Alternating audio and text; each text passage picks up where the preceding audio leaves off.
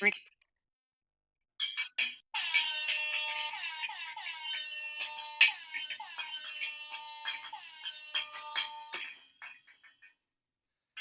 goes the Daverhood.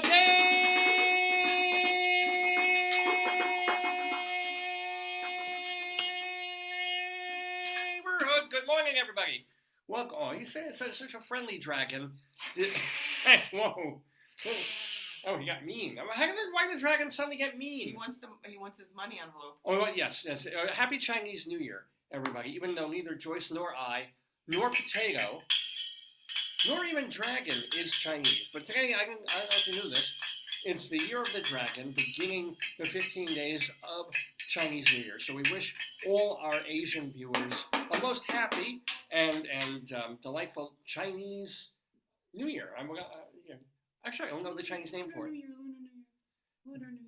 Lunar New Year, of course. I'm available for children's parties. Actually, it's interesting that Buddhists and Hindus celebrate the Lunar New Year. You would figure it'd be celebrated by Sun Myung Moon. Yeah. No, maybe not. Okay. That's how we started. Oh, you Dave's. don't have the light on. Oh yeah, you put that big light on. This is a little forbidding and weird. I mean, I'm striking this way.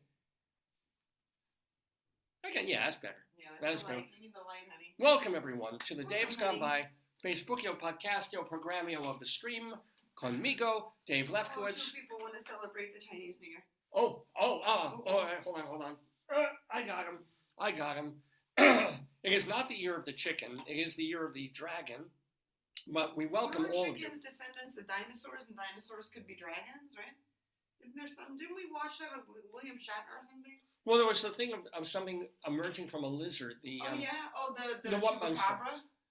Oh no, it was a cute name. Ogopogo monster. The Ogopogo. There's apparently doesn't exist. But somewhere in Canada, there's a legend that goes even beyond Loch Ness. You have Scottish. To do the light. You're supposed to do the the torches are hung outside for Lunar New Year. You didn't do your torch hanging. What torch? We don't have behind you. There's a torch? Yeah. I'm so sorry. You created it, a lantern. It's a Chinese lantern. Yes. You can tell by the red. Yeah. All right, let's see if this goes on. So if we ever have a blackout, let's see if this. Oh God! Jesus Christ! It does different ones. Keep pressing. That's good. Yeah. Oh wow. Oh, that's nice. That's a low. Yeah, a low. I should probably use this, except we have to. For the show. Yeah, we have batteries. Actually, let me see. Hold on. Use the high one though. One. There's the high one. All right, listen. But not shining in your face, honey. No, not like that. Hey, everybody. Not like that, David. Welcome to Dave's Gone By. You're going to burn your retinas. No.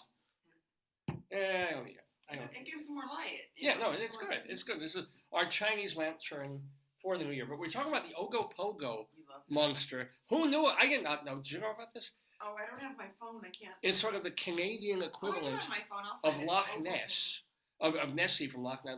So this Ogopogo monster is apparently this thing that they see out there in the ocean, and it has got these curvy, lumpy things, kind of like those rides that you see in kids' amusement park. Well, came from a Native American tradition, and the name sounded too scary for the children, so they named it Ogopogo. Yeah, and it's a thing. They have them in gift shops. They have them on T-shirts and mugs now. The beloved Ogopogo monster, and the best thing is that we heard about this by listening to William Shatner, because there's a show that he did, I guess, on regular television that they now have on Netflix. Here's a real image of him in a playground. This is the Ogopogo monster. You could click on the picture higher. Well, I'm afraid I'll lose it. So yeah, this is big enough. Look at that. It'd be scary. It's interesting that they got a good picture of him. Yeah. Because usually find the history for you. He's very far away in the ocean, or in a lake. No, he's in a lake. He's a lake monster. I believe he's a log, right? And that people are mistaking him from... Or a giant eel, or something like that. But they're still unexplained. Issues involving people seeing the so-called Ogopogo monster. And of course, I just love the name Ogopogo. And I love it even more when William Shatner says, could it be? It's cool. Yeah. What? I can't say the name. His real name is So that's where he's from. Kelowna? oh Kelowna in city of Kelowna in I'm assuming Canada. It might be near not Manitoba. Maybe it's near. Well, I'm not sure. Anyway, that's just the statue of him. Oh. But that's the thing. People love him, I'm gonna even though they don't know if he's a cute monster or something that actually eats sailors and does what monsters do, which is terrify and traumatize humans. But we love our Ogopogo monster. Look, here's here.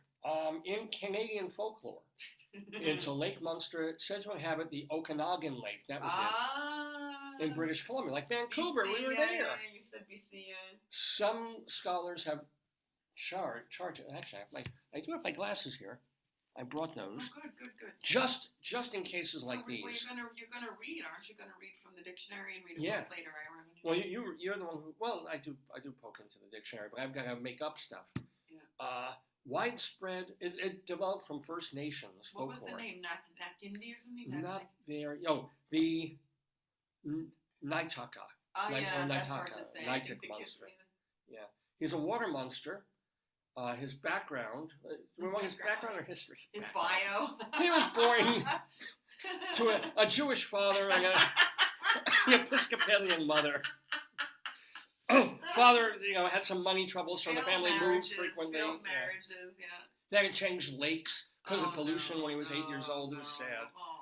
He was picked on, and then he ate some of the people picking on him. What's the real background? That's horrible. Not much. It's mostly described as being a serpentine creature with smooth, dark skin, a large body thicker than a telephone pole. That's what he tells the women. And being up to 15 meters or about 50 feet in length. Oh, wow. He's said to move at incredible speeds, wow, coiling its body in vertical undulations, you see the humps, and propelling itself with a powerful tail. Wow. And what man doesn't like a powerful tail, let me tell you. Let's hear, because this will be public domain, oh God, what? The song, the foxtrot of the Ogopogo. Oh, that is loud.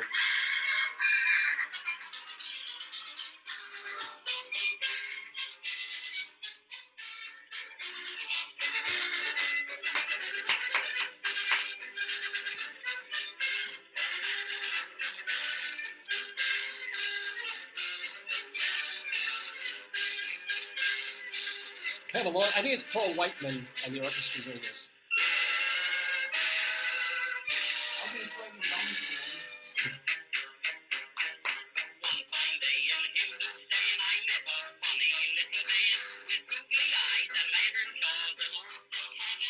It's really kind of hard to. It's on a 78, obviously.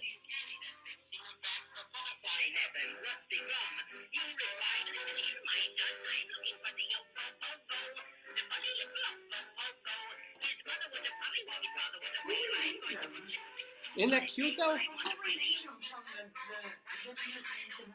Well, I'm guessing since he came from Okanagan, children may have turned Okanagan into Ogopogo. Oh, because it's cute.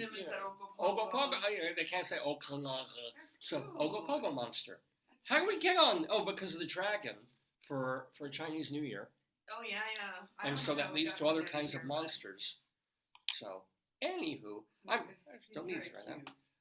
It says his mother was an earwig, his father was a whale, a little bit of head and hardly any tail, and Ogopogo was his name. Oh! Do we love him? Do we love him, And then folks? the smaller creatures are called Ogopups. And then the nickname for him is Ogie. Ogie! But they call the smaller ones Ogopups if he had kids. I would love these. And we should get ourselves an Ogopup. I don't think you can get them. I think you have to. They have to All right. find you. Yes, you have to go to like one of these south of the border pet stores where they do. It's all cash business, but still. Could you imagine a little litter of Ogopups? I'll just get you a statue. Not quite the same as a little romping Ogopup in the tub. Yeah. Imagine taking a nice bath, a relaxing bath, but then you're bored. No. And if you fall asleep in the bathtub, you could drown and die. So suddenly a little Ogopup pops up. David, I think they would probably want to eat you. I think they would. Are they vegetarian? Well, they start chewing on your toe and you wake up. I don't think so. You don't think that would happen? I think you might bleed to death and go into septic shock in the tub. But that would wake you up too. Yeah. I mean, you fall back asleep again forever, but for a period of time, at least you wouldn't drown. Mm-hmm. You're watching Dave's Gone By with me, Dave Lefkowitz, my wonderful wife, Joyce, all of you at home watching. This is our 930th episode of the program. We're calling That's it... unbelievable. I know, right? Right? I know. When you hit 1,000, when will you hit 1,000? Can you figure that? Good Lord willing, and the creeks don't rise, and I don't take a lot of weeks off. It would be a little less at this point than a year and a half. Because let's say I do about 45 of these a year. God, I do 45 of these a year. Sometimes more, sometimes a little less. And, we're 70 away from the big 1000. What are you going to do on your 1,000 show? It'd be great if I died. No, it would not. Wouldn't it be the best thing? I'm alive. That would be the worst thing. For me, that would be the absolute worst. Problem is, it would be quick. I'd probably have a stroke in the middle. I'd be like, yeah. And we're doing Bunion Watch, and Dave's big. No, I don't think so. Wouldn't that be that interesting television? No, I don't think that. No one would watch it, dude. I think if you did, maybe some surgery on your show or... Oh, yeah, yes. some procedures. I have to start practicing now. Yes. Do a medical procedure. No, on you, not to you. Not you're doing it. Oh. Well, I could do what they did this on the Today Show 20 years ago. I could go in for a proctoscopy and have them. They didn't Al Roker or one of those people? I think they went for colonoscopy. Oh, yes, or colon. You don't want that on your hiney. No, I don't. I'm supposed to. I'm 60 years old. I should check for these things, even though the big C does not run in my family. But, they tell you if you're over 50, if you're a man, you should get the, go into Twilight, get the tube. Why don't you just take the computer and go through the car wash? That would be, I think that's just more like... Maybe I should just go through the car wash with my pants down. If the brush finds anything... I don't think you're allowed to do that. No, you're not. You could die. In the car, yeah. The brush, you will die. Yeah. But if the brush goes up, and there's anything in your colon that shouldn't be, it comes out. I think you should just be in the car and have What? The computer, and then have it a way of scrubbing everything clean for the next 1,000 shows, It would be kind of cool to do the show live going through a car wash. Yeah. Now, I don't know if we would lose Wi-Fi. Wi-Fi. Yeah, you'd have to keep a hotspot or something. Oh, maybe. Yeah. That might be... Or pre-record the segment, which we call it, and then play it live on the show. Maybe. Maybe. That's not bad. We got to think already in terms of what the hell we're going to do, assuming we're alive and well, God willing, in a year and a half when it'll be time to do the 1,000th episode of the show. Because, it'll be obvious, you'll have some people who've been on a million times. Yeah, like a New Year's show kind of deal. Yeah, but it really should be something more special than that, but I don't know what. Maybe do it in an exotic location. I would, yeah. Because let's see, if it is a year and a half, it would be like late summer. Like a beach? Yeah. It might be noisy, but you could find a... Oh, that's okay. If the weather were a little warmer, I'd do this outside today. It's a little nippy. And could be a little, not quite rainy, but... Well, I don't want to tell you, but there's been some Ogopogo sightings. So. No! Really? Yeah, he's been by the bird feeder.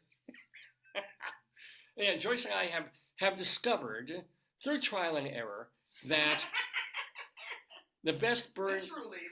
Literally. Well, that's no joke. We haven't made that many errors. But it's like we're doing some taste testing.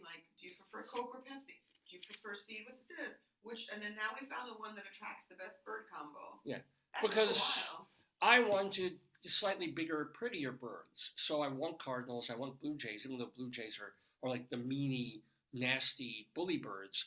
But we got Cirque du Soleil squirrels, so we had a cheap feeder from Petco, like $20, and it has the little perch will fall when something heavy goes on it. Right. But we get the one squirrel who's like the Einstein of squirrels, so he hangs on with his feet on tippy toes on one branch, stretches in without touching the lever. Yeah. So the little opening with the seed remains open, and he fetches 3 seeds and eats on the branch, and then does that stretching, like a Cirque du Soleil stretch.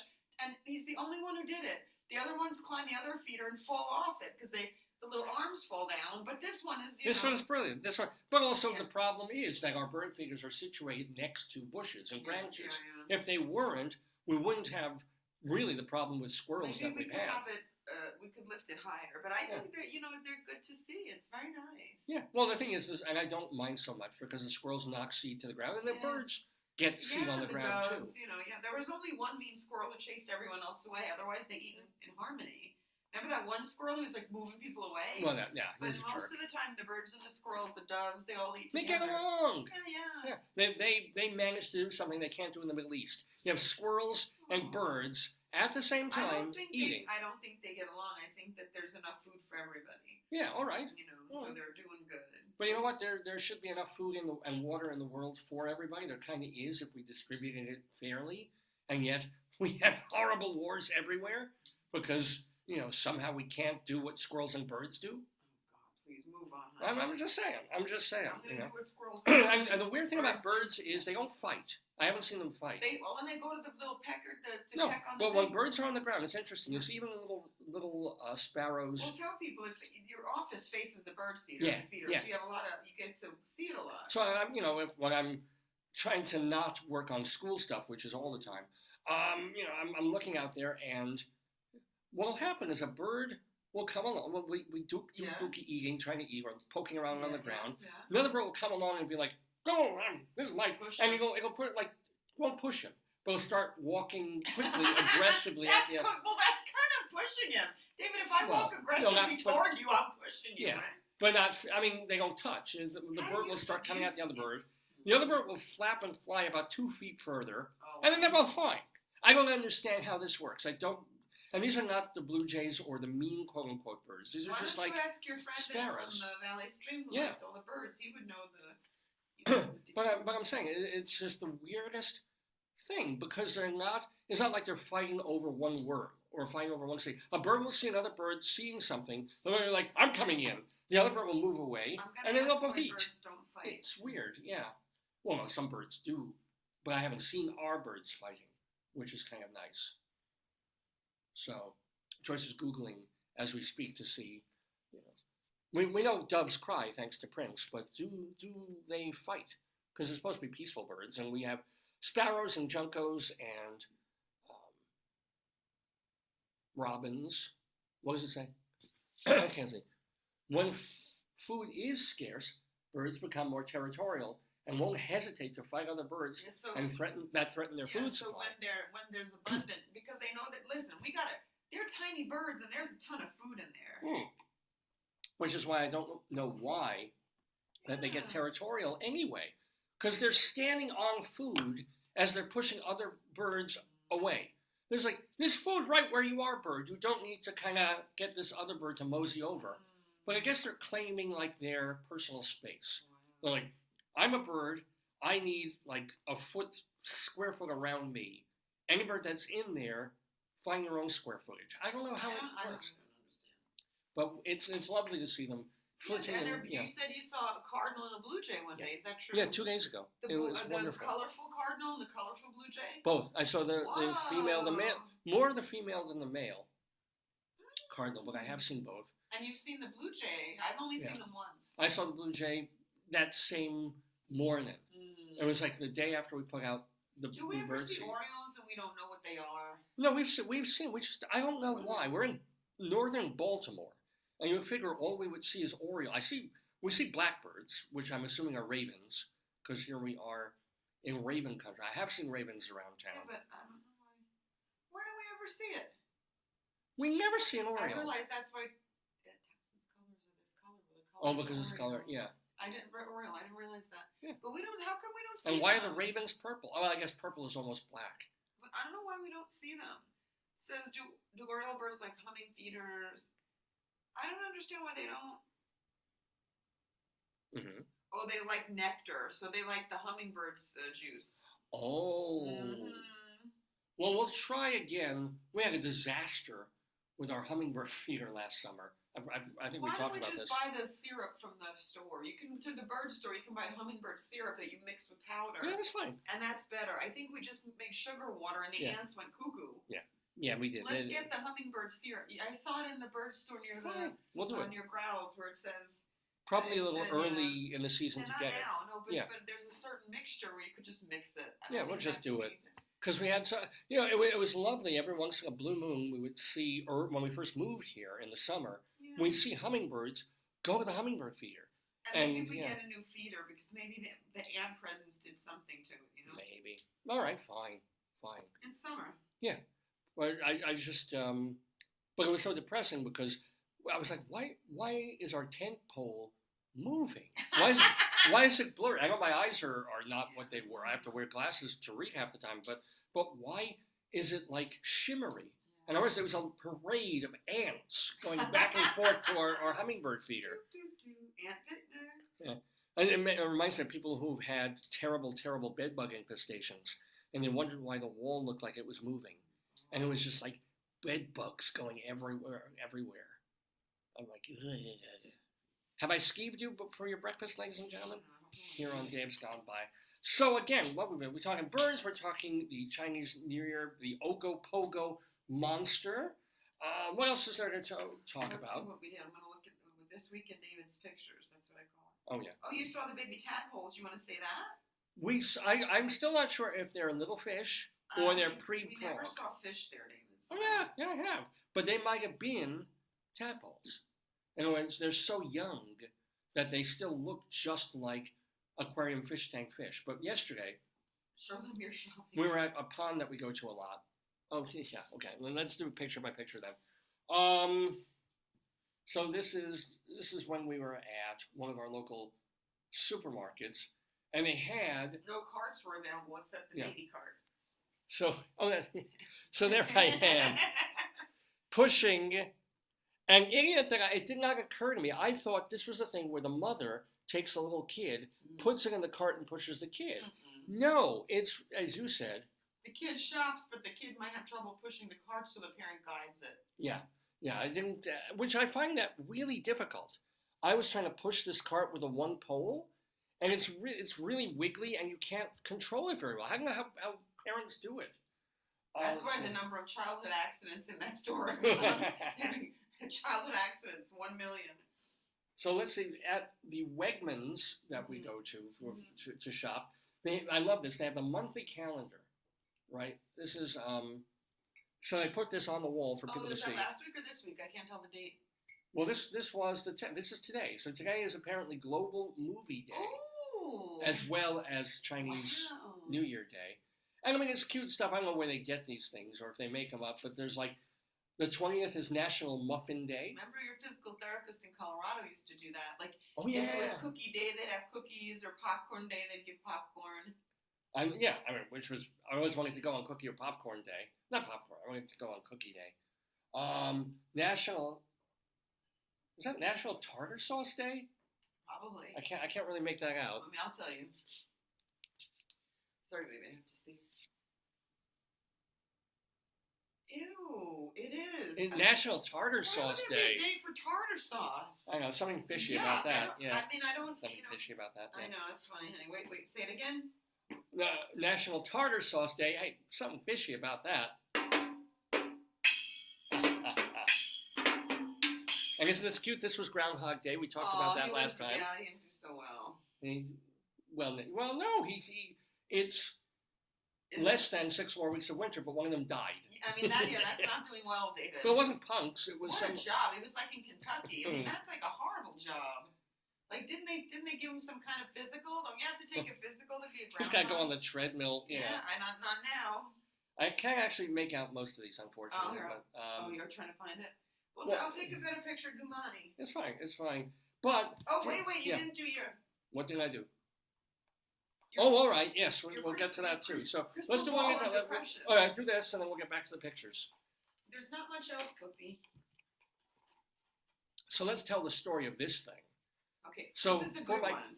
Yeah, for my birthday, Joyce likes to, got me a little fun gifts. Like she put up all those pictures of me that we had on the... one that works. Oh, it probably isn't. No, this is the one that... So this is the one that doesn't work. Yeah. Here's the book. You can use this book here. All right. Where's the one that works, Cookie? I'm not 100% sure. Probably in the bedroom. I'm gonna look, sweetie. All right. You want me to go look? Yeah. Okay. Yeah. You can tell the story. I will. I do have my glasses. I'm going to need my glasses for this. So, little cute, funny, ridiculous gifts for my birthday, including something that I do not believe in well, I don't believe in psychics. I don't believe.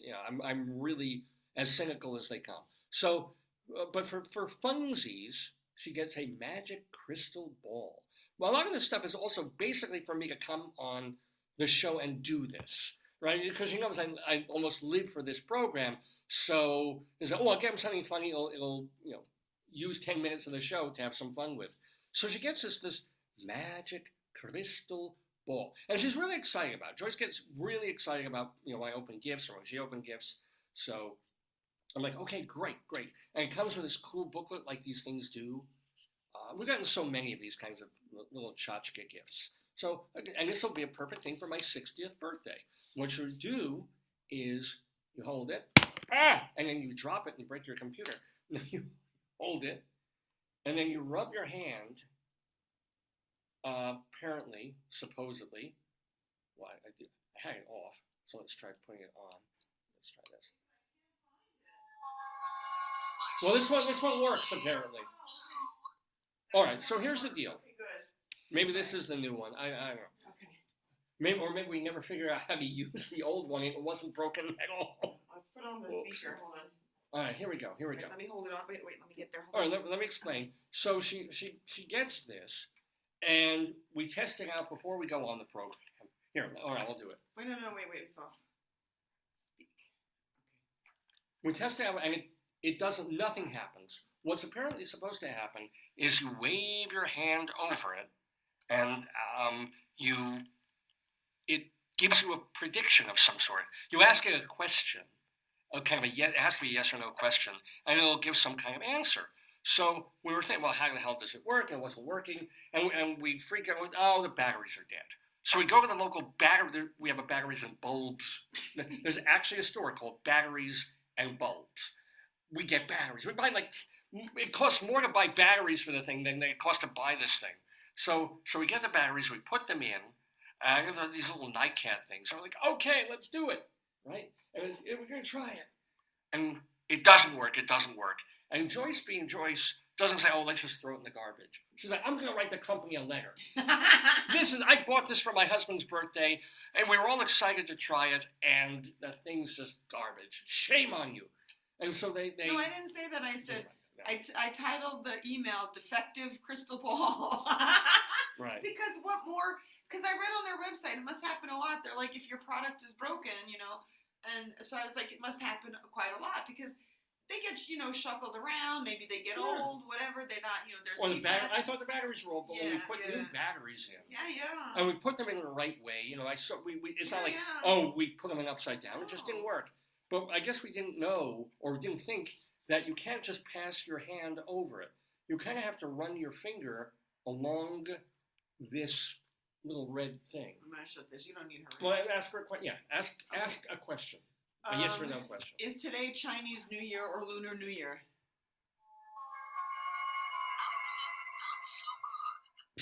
Oh God, Outlook not so good. Now, answers in a Chinese grammar sort of a way. Outlook are not so good. We think she's depressed. We think that the crystal ball lady. You could read the. Well, the interesting thing is that they divide. Give one more. Yeah. Is the crystal ball lady depressed? Is the crystal ball lady depressed? Cannot predict. Ask her again. Lift it up so the speaker's near that. Yeah. Ready? Okay. Yeah. My reply is no. Oh, she's not depressed. Well, that's good. Okay. That's good. Yeah. Is the crystal lady ball just mean to others?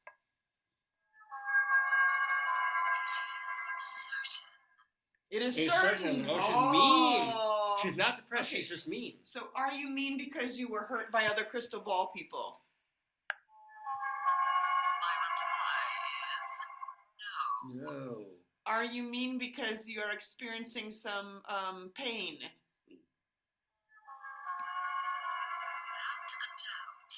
Without a doubt. Oh, she's in pain. Would you like to date the Ogopogo monster? My sources say no. Oh. Would you like to date Potato? Hold on, let me get potato Okay. in on this. Put Would, this, put would this, you like to date me? It's weird how I have to put yes, my mouth yes, instead of I've tail. never seen that before. Would you like to date me? Now put the speaker right here, okay? Good. Outlook, not so good. Oh, You're covering the she's speaker with picky. your thumb, honey. Would you Oh. like to date, Oh, anybody. Cannot predict now. what do you think of David's shirt? Oh, I hope she likes it. My sources say no. Jesus! That was also the when they sent, the company sent, and by the way, this is made, I swear to you, by Hachette, which is a major European book company. Yes. Like, I used to deal with them when I worked at Curtis Yes, Brown, a literary yes. agency. They It was have like, all sorts of games. They have toys and games. You want to show? yeah. Here's the box. Well, no, but there used to be You Hachette have the Filipacci. book, Yeah. right? It's a choking hazard. Is I one guess of the batteries are a choking hazard. This thing is She's like a Debbie Downer. She's a hazard. She's yes. Because this is Let you me know. see the book while you're talking Yeah, about please, it. You're gonna read it, but I want to figure out what the heck. Normally, crystal balls are pretty. Well, what they do is they divide their answers into thirds. If you see them they're on 3 separate pages. No, I So know, there but are she's, a it talks page- about the druids, divination. Yeah. Crystal. But there's a page of like positive answers, a page of indeterminate answers, and a full page of negative answers. So when you do the crystal ball divination, your chances are 2 out of 3 that it's going to be negative or she can't tell you Yes. right now. So it's really kind of a depressing item, you know. Answers from your crystal ball, yeah. We asked her if I would live till 70.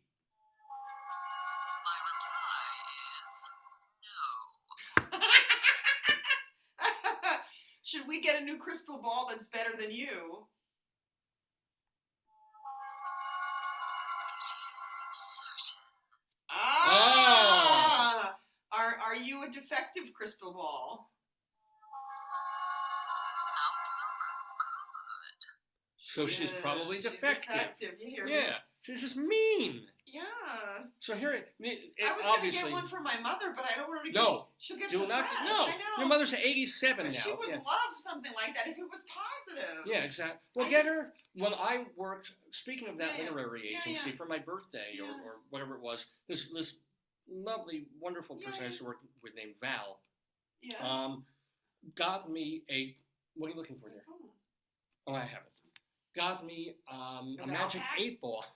Oh yeah, those are usually good. Yeah. Yeah, 'cause it was this weird thing. I guess it was like 30 years ago. Yeah. You shook it, yeah. and it had gooey glop in there Yeah, somewhere, yeah. and in it was floating this triangle, and the triangle Yeah. would show its face Yeah. of it, and its different faces had different Yeah. things. But except for one that was kind of can't tell right now, all of them were essentially Well, positive. I got my mother one time a pen like that. You click the clicker, Yeah. and it spun within the pen, and it would say things. They were positive. Yeah, this is like I don't. Yeah. Let's try one more. so they have 15 different potential answers that repeat in very, I guess, random sequences. It is certain, without a doubt, yes, definitely. We never hear yes, definitely. No, we didn't. Once I think we heard it. Most likely, an outlook good. But those are the 5 positives. Mhm. Otherwise, reply hazy. Try again. Mhm. Ask again later.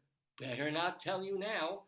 Cannot predict now. And concentrate and ask again. It's like, fuck you. You'll concentrate. You're the psychic.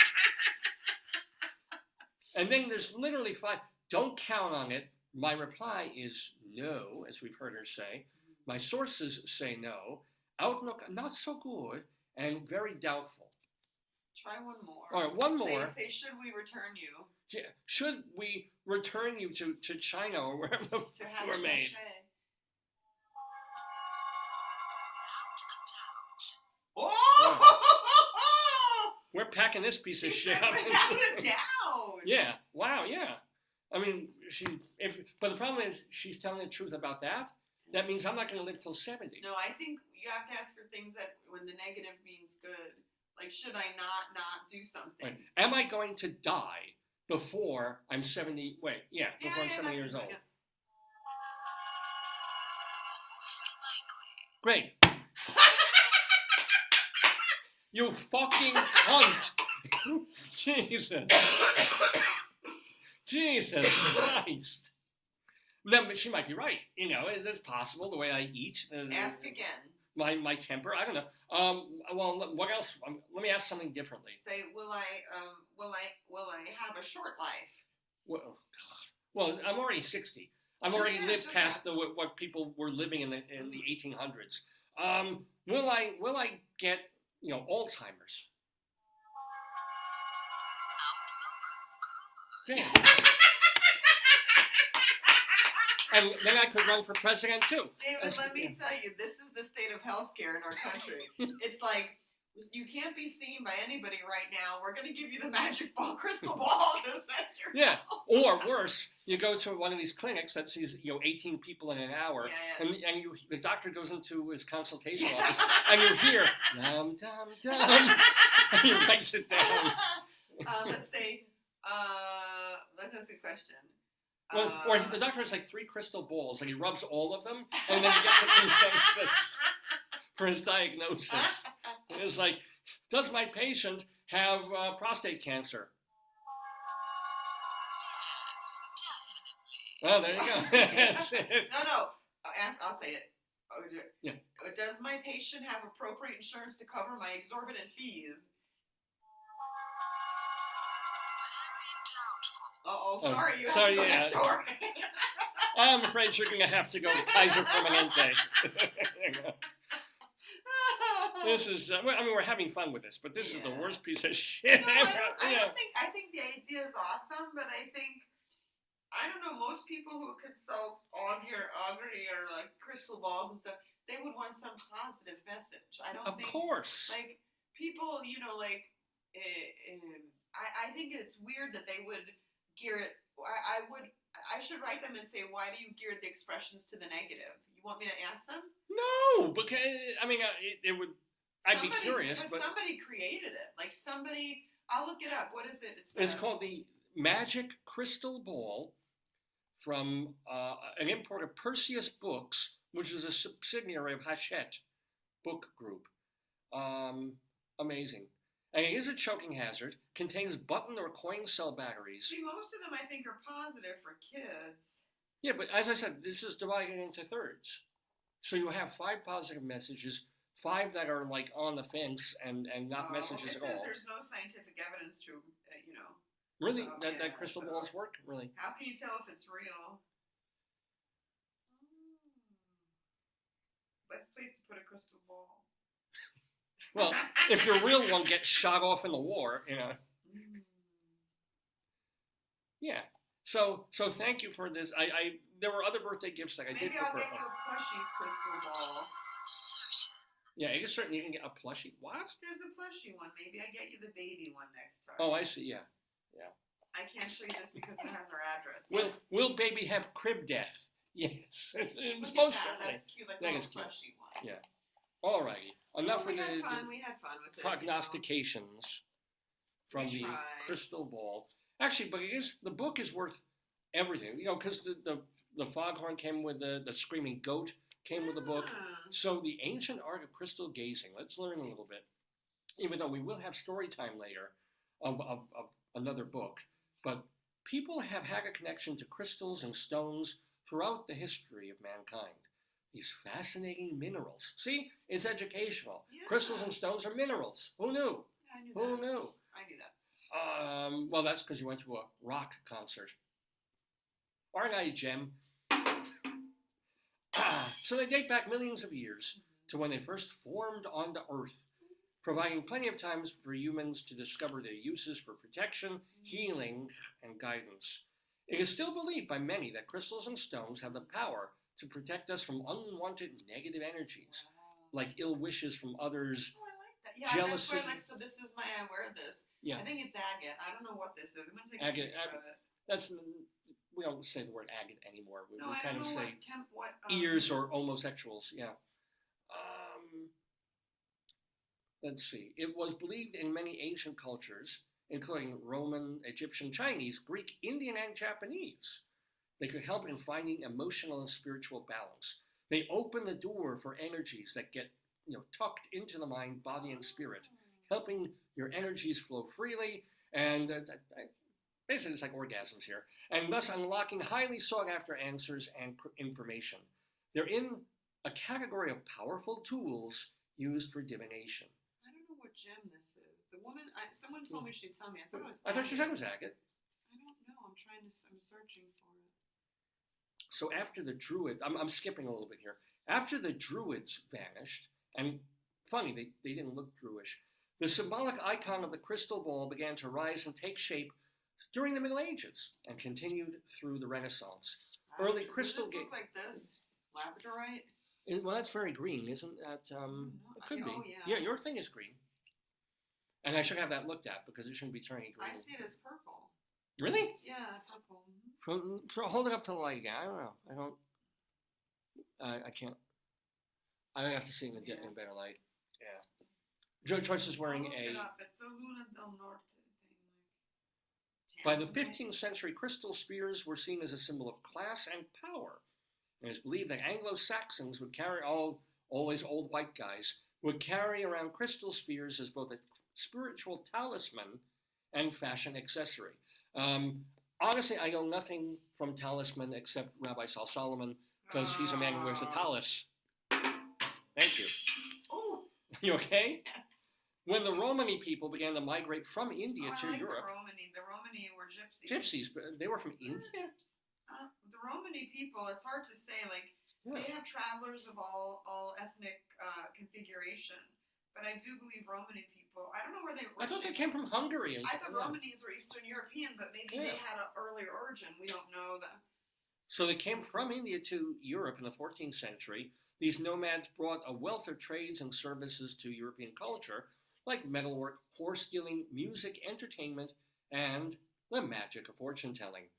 That is most likely how the crystal ball became a prominent icon in fortune telling, which eventually brought about the carnival trope of the traveling crystal ball gazing fortune teller. Perhaps you recall the traveling gypsy Professor Marvel in The Wizard of Oz, of whom Dorothy pays a visit, to whom Dorothy pays a visit. I don't remember the movie well enough to. Yeah. So here we go. Yeah, that's a pretty good book, actually. Here's some tips for using your crystal ball. You too can unlock the knowledge you seek if you open up your mind and allow it to go where it needs to go. Oh, you know what? My mind needs to use the bathroom. Hold on. Your mind? Minds don't usually use the bathroom, sweetheart. Mine does. Really? Yeah, Okay. yeah. In fact, my dad was hydrocephalus, so I'm surprised he didn't have to I don't think his mind empty his brain of water every once in a while. It is important to remember that the crystal ball is only a tool. Your mind is what will be doing Amen. most of the unexplained work when you I hear practice William gazing. Shatner. Where's Shatner? Although the crystal ball in this kit may seem to provide you with decisive answers to your questions, the answers you hear will be open-ended and helpful for deeper understanding. The answers can be thought of as a first step to unlocking more. Garbage. Okay. Be sure to place yourself in a quiet area of your home or office. Maybe that's our problem. They're never quiet. That is not easily disrupted. Oh. Maybe that's what happened to that professor in that university. She was using her crystal ball, Oh, no, and she's like, "Should I shoot myself?" And the ball said, "Outlook good," and she feel did. so bad. Oh, there was a woman, not thank God in either of the universities where Joyce and I Thank goodness. work with, but she literally, instead of going to some park somewhere, instead of locking herself in her house or whatever, she goes to her school office, closes the door at some point, and blows her. I'm thinking she blew her brains out. We don't know. We don't know if she pointed to her heart or something. They're still investigating, but Yeah. to me it's so sad because, I often think you're the person who found. I watch a lot of the murder mysteries. Some poor person found her, and so Yeah, well, it's you have illness, you're recovering, whatever, you're dealing with your mental health, but now that person is going to be traumatized to remember that. That's horrible. I just feel like. well, you know what? How many hotel maids Oh, that's true too. Yeah. find the dead Yeah, body, the that's true. blood? You remember Yeah. the movie The Conversation with Gene Hackman? Yes. And he flushes the toilet and suddenly blood starts coming up. It's God. yeah. I mean, It's a horrible job. Like, I would not want to be in a place where you have to. I guess you can always uncover it, you know. I told you I used to go with mommy when she was not nursing officially, but she would help neighbors because my mom was an RN, not a BSN, but an RN. Yeah. And many times, like if someone was ill or dying, she'd go. Well, a nurse has to. But, A nurse but is even that, like, part of the gig. I remember as a kid seeing, I knew the woman was dead. It was very traumatic, and she died a peaceful death in her like sleep. Like she was probably 80 or 90. And even so, you're seeing. And I remember, like, I wrote about it all the time in articles. Like, I sat in a room. She was in the next room, right? And so the door's here, like where your zero is, and there was a picture of like a guardian angel with two children walking on a bridge, like this image of being protected against a harm by a celestial being. And I'm staring at that. My mother's like, just stare at the picture. Don't look over here. Because it was a different room. But you're a kid. Yeah. Kids are like, what's going on? And I could see she had a mirror, so I could see the mirror. Oh, I thought a mirror over to catch her breath. Yeah. But weren't you observing somewhere where a body died? Yeah. So I was volunteering because it was a part of my training in my. So if you when I went to schools that were Catholic, you had to do service, right? So you did volunteer work. You give back to the community, right? It's like not tzedakah, but like giving back, right? It's like making the world better. And so I was working. Tikkun olam. Yeah, that's right. So I was working in the hospital. It was a Catholic hospital, and this is before like MOST and all the DNR and all of there was DNR, but all of these end of life and advanced directives, it wasn't as big. And there was a woman coming back from the recovery room, so. Years ago, the beds they had were the size of like Newark, right? So it took two people to maneuver a bed from the recovery room. We would take the person on the bed and bring them to the floor, transfer them from the recovery room bed into the bed on the floor, and bring this huge bed, back. This the mechanical mobilized bed.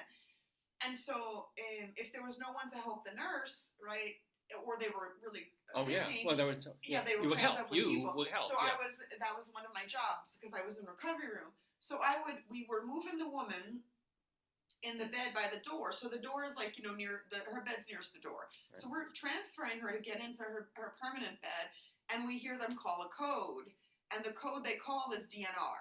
So the two things that happen: medical teams want to go in there and resuscitate. Right. They're bringing in the crash cart, all the meds, right? People are running in. And then they're looking in and they're like, she has a DNR, she has a DNR. And then there's all this discussion.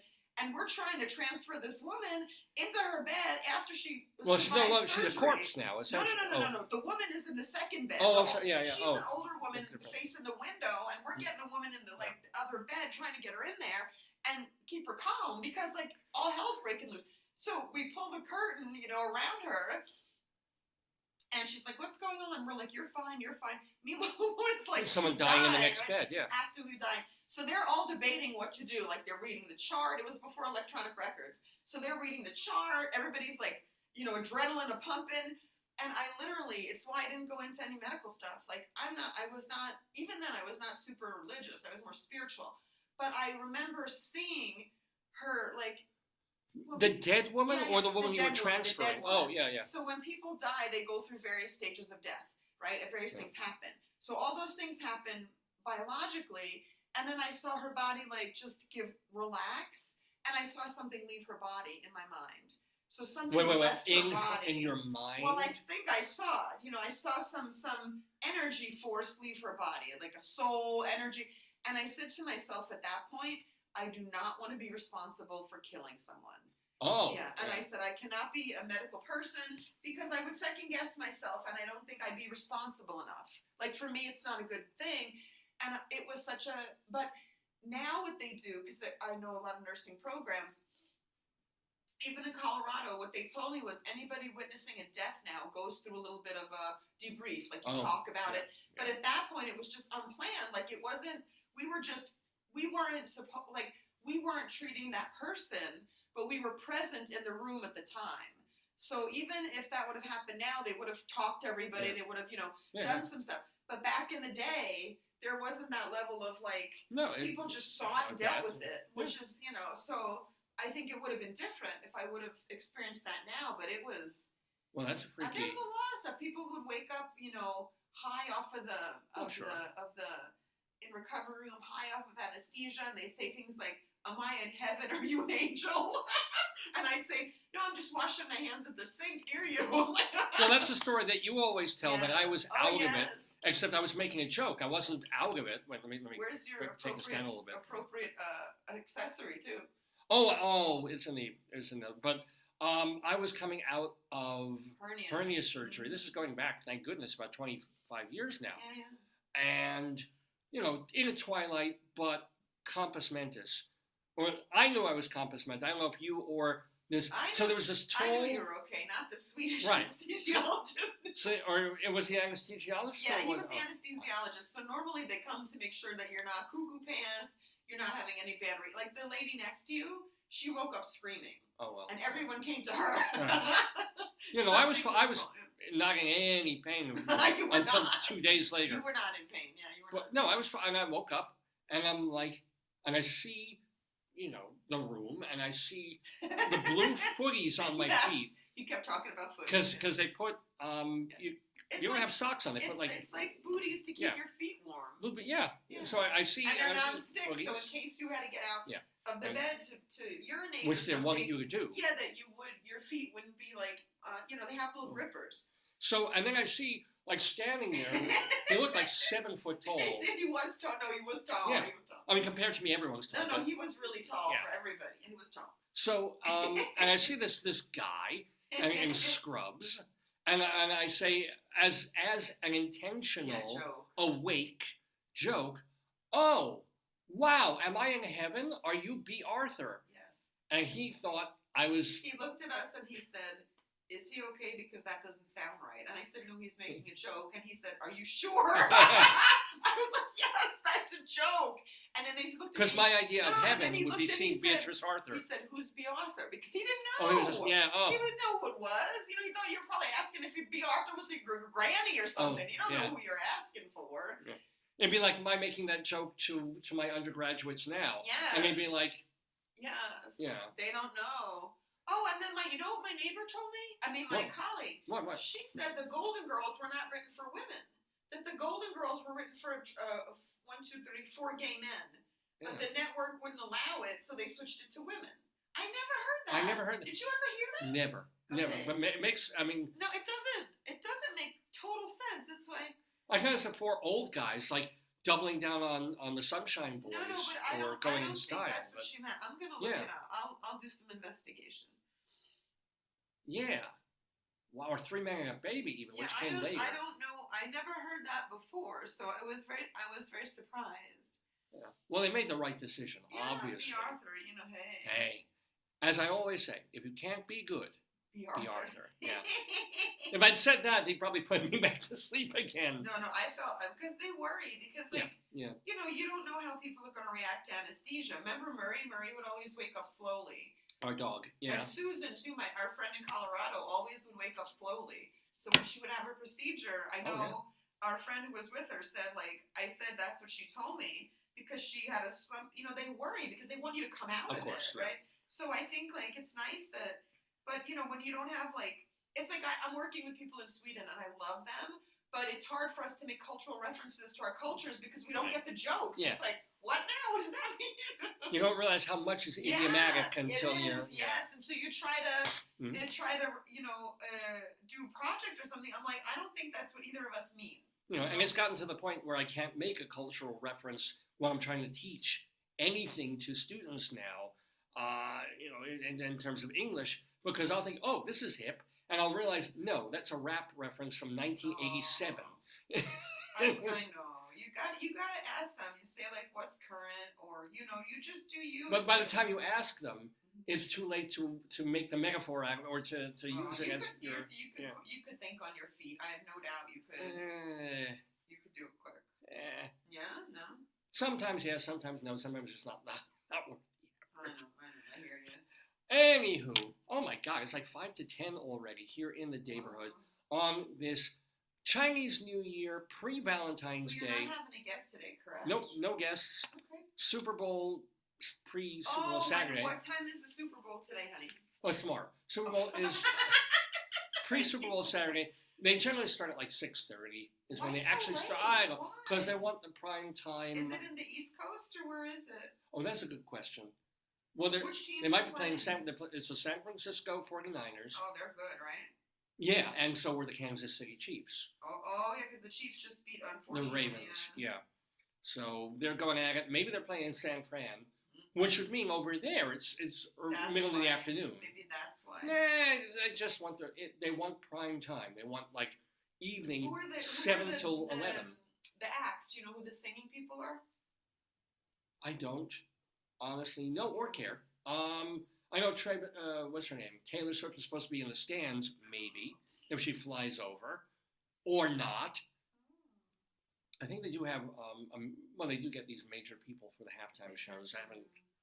I forget who it was, but I'll probably listen to a bit of the game or Who do you want watch to part. win, honey bun?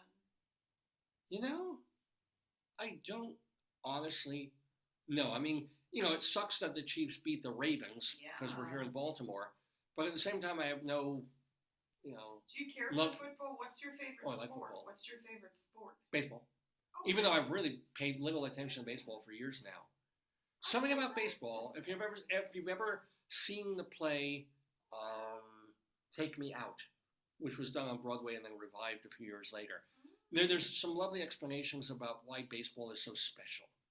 Why, in its best Why? form, Yeah. you just sit there. There's infinite possibilities. The green, the crack of the bat, the uniform. There's just something really, really zen beautiful about baseball. Even though I tend now to listen much more to football and stuff. I'm very surprised that it's. Yeah. I'm surprised that you said that's your favorite. Why?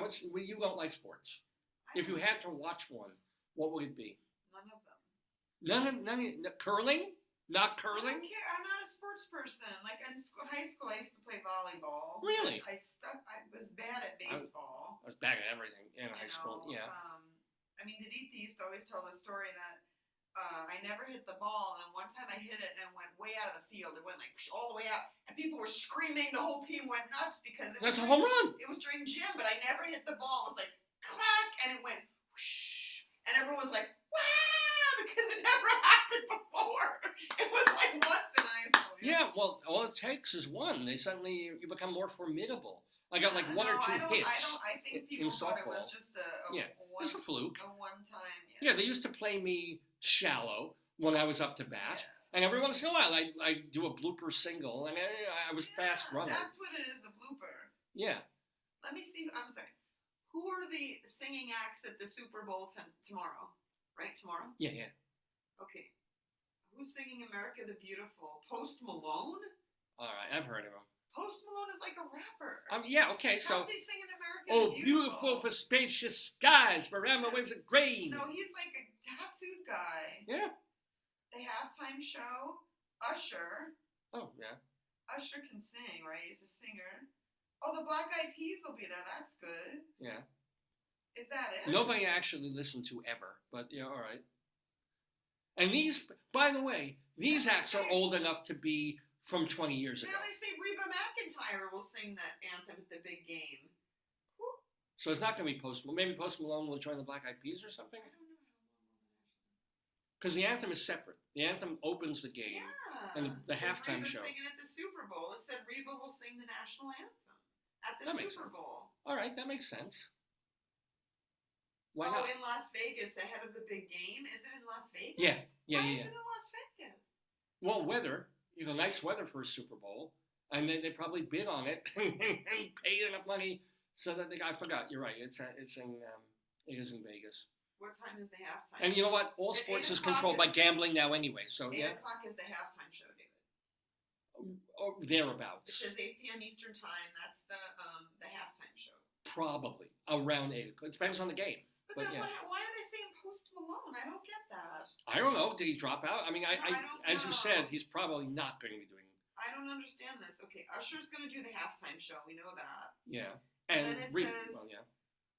Reba McEntire will do the anthem. But then how come it said? So just Google Post Malone Super Bowl and see what he's up to. I don't understand that. Maybe he's the guy who's going to do the hot dog cannon launch. I hope not. I love that. When we went to a baseball Do game you many think years ago. Entertainment Weekly is real, right? That's the Oh real yeah, source. oh Okay. yeah. When we went to a baseball game many years ago, I guess we were in Indianapolis or somewhere, and the best thing ever. It was a weird thing because it was one of those indoor domed stadium, and it was nice weather, so we didn't really need it. And it just gets so loud in those places, and it's like a vacuum when you're going through the doors. But the best thing was Oh, they he's gonna put sing. hot Oh, he's dogs singing "America the Beautiful." as opposed to the national anthem. So I get, yeah. Reba McEntire's the national anthem. Post Malone is going to sing "America the Beautiful," and then Usher's the halftime show. He had a residency in Vegas where he's doing it. Mhm. Um, and then Andra Day is going to sing "Lift Every Voice and Sing." I don't know her; she's a young girl. Yeah. That's like the black national Oh, anthem. They canceled Testo. Who the Tiesto, Tiesto, Tiesto, Tresto. I don't know how to say it. He's a DJ. It said in January it was announced that the DJ would be the first ever DJ doing a warm up player. Mhm. But then in February 8th he dropped out due to a family emergency. That sucks. Yeah. But, And then who's Cascade? After that guy dropped out, the NFL announced DJ Cascade would step in the Super Bowl in game. And he would play music to warm the teams up during breaks, that kind of stuff. just play the game. Jesus Christ. And now, of course, to throw a sop to all the players who were kneeling for the national anthem like 5-10 years ago, they got to bring in "Lift Every Voice and Sing." Well, We're sorry about slavery. They're going to have commercials. Well, of course they're going to have commercials. What do you mean they're going to have commercials? Oh, no. I messed up my phone.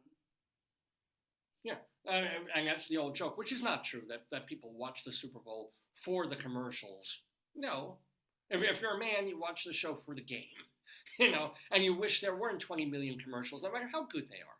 No matter how weepy and beautiful the Hallmark one is. No matter how nice the ponies look in the Budweiser. $dollars for that. Oh, sure. Because they know millions of people. It's still one of the few things that everybody either watches or half watches or knows about in our culture. Because, back in the day, yeah. It just back made, in the it day. just made it for you. Oh, there I am. That's your birthday. Thank you.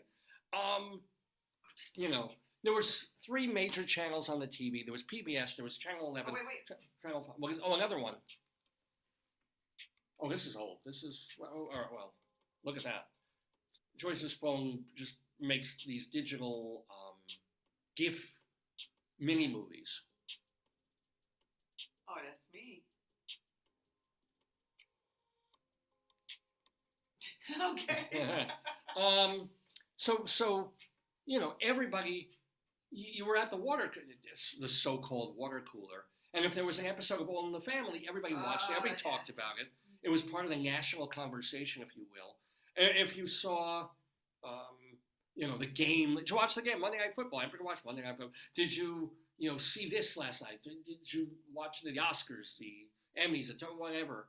Now, unless it's really the Oscars, not even the Grammys anymore, or the Super Bowl, everything else. Did you see that? No, I didn't watch. I don't get HBO. Well, did you watch? No, that's on Amazon Prime. I don't subscribe. I'm on Hulu. I'm on people. So it's pockets of still hundreds of thousands, but not millions at a time. All like, so the Super Bowl knows that everybody, not everybody, but quote unquote everybody's tuning in. Yeah. And therefore, if you have a commercial, if you have 30 seconds of prime real estate. How many people, I'm going to ask how many people watched the Super Bowl. Right? Yeah, like in last year. How many? In 2023? Okay. Yeah. I'll do. Well, yeah, Google that. And then how many watched 10 years ago? How many people watched the Super Bowl 2023 and 10 years ago? Okay, it says here. Super Bowl TV viewership. In 2023, 99 million. It says here in 2023, one says 99 million. This says 115 million people. Think about that. I know. That's why That's why people, companies pay millions for an ad. And in 2010, it was 106 million. So in 2010, that's the earliest I got here. It's 106 106 million, and then It hasn't changed. no, about 115 million. Yeah. It's gotten. That's the only Yeah, television yeah. show on regular that has gotten Yes. bigger. What was the most watched Super Bowl ever? Take a guess. What year? Oh It's man. going back. Well, it wouldn't be the Jets because that was way too long ago. But I don't know, like when the Chicago Bears were in, probably 1980 something. 1982 remains the highest rated Super Bowl broadcast.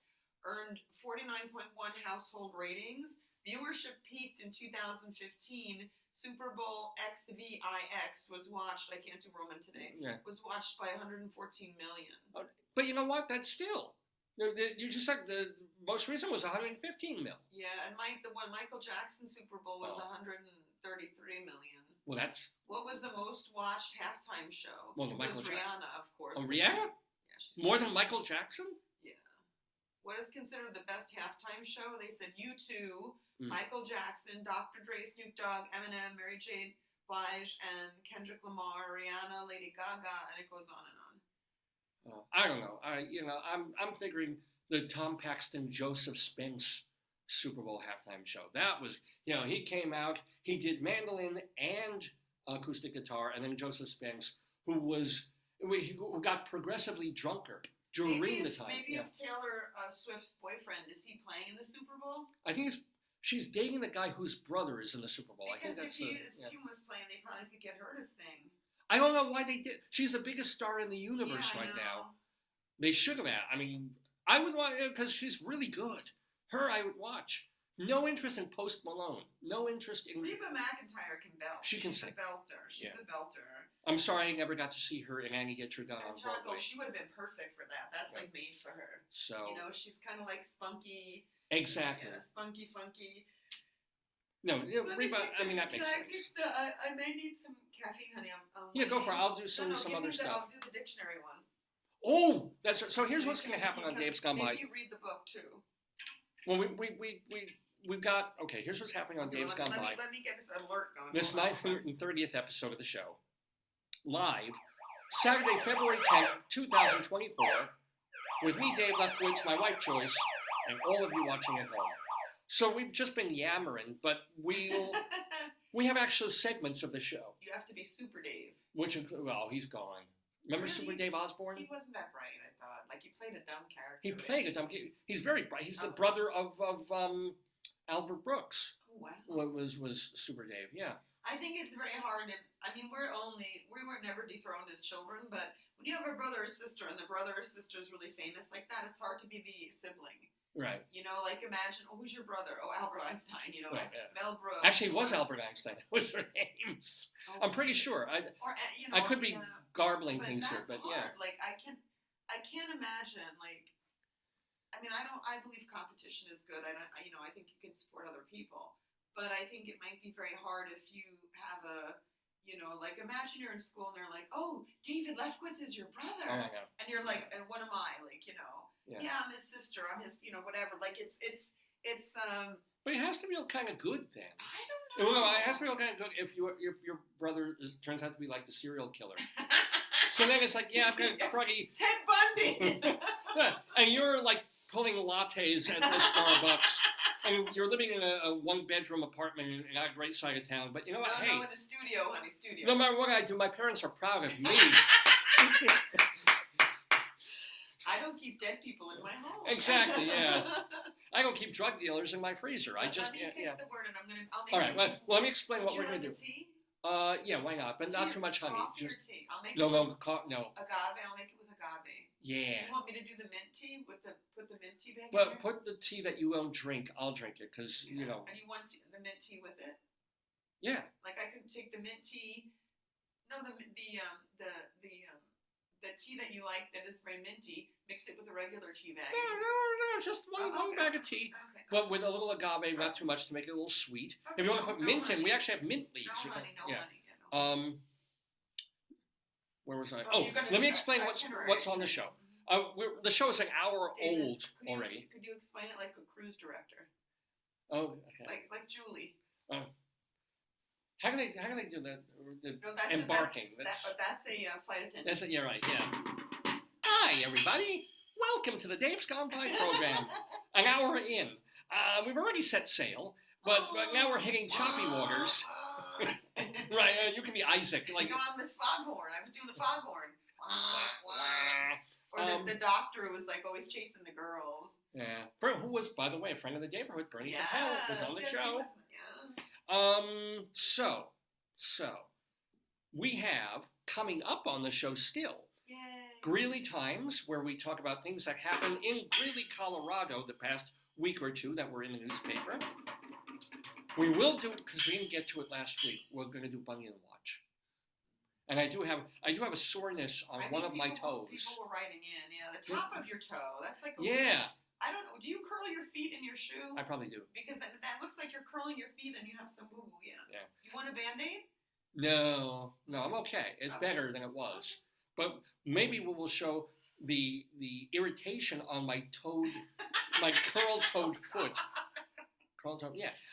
Foot fetishists, tune in. Basically, yeah. It's a segment for foot fetishists.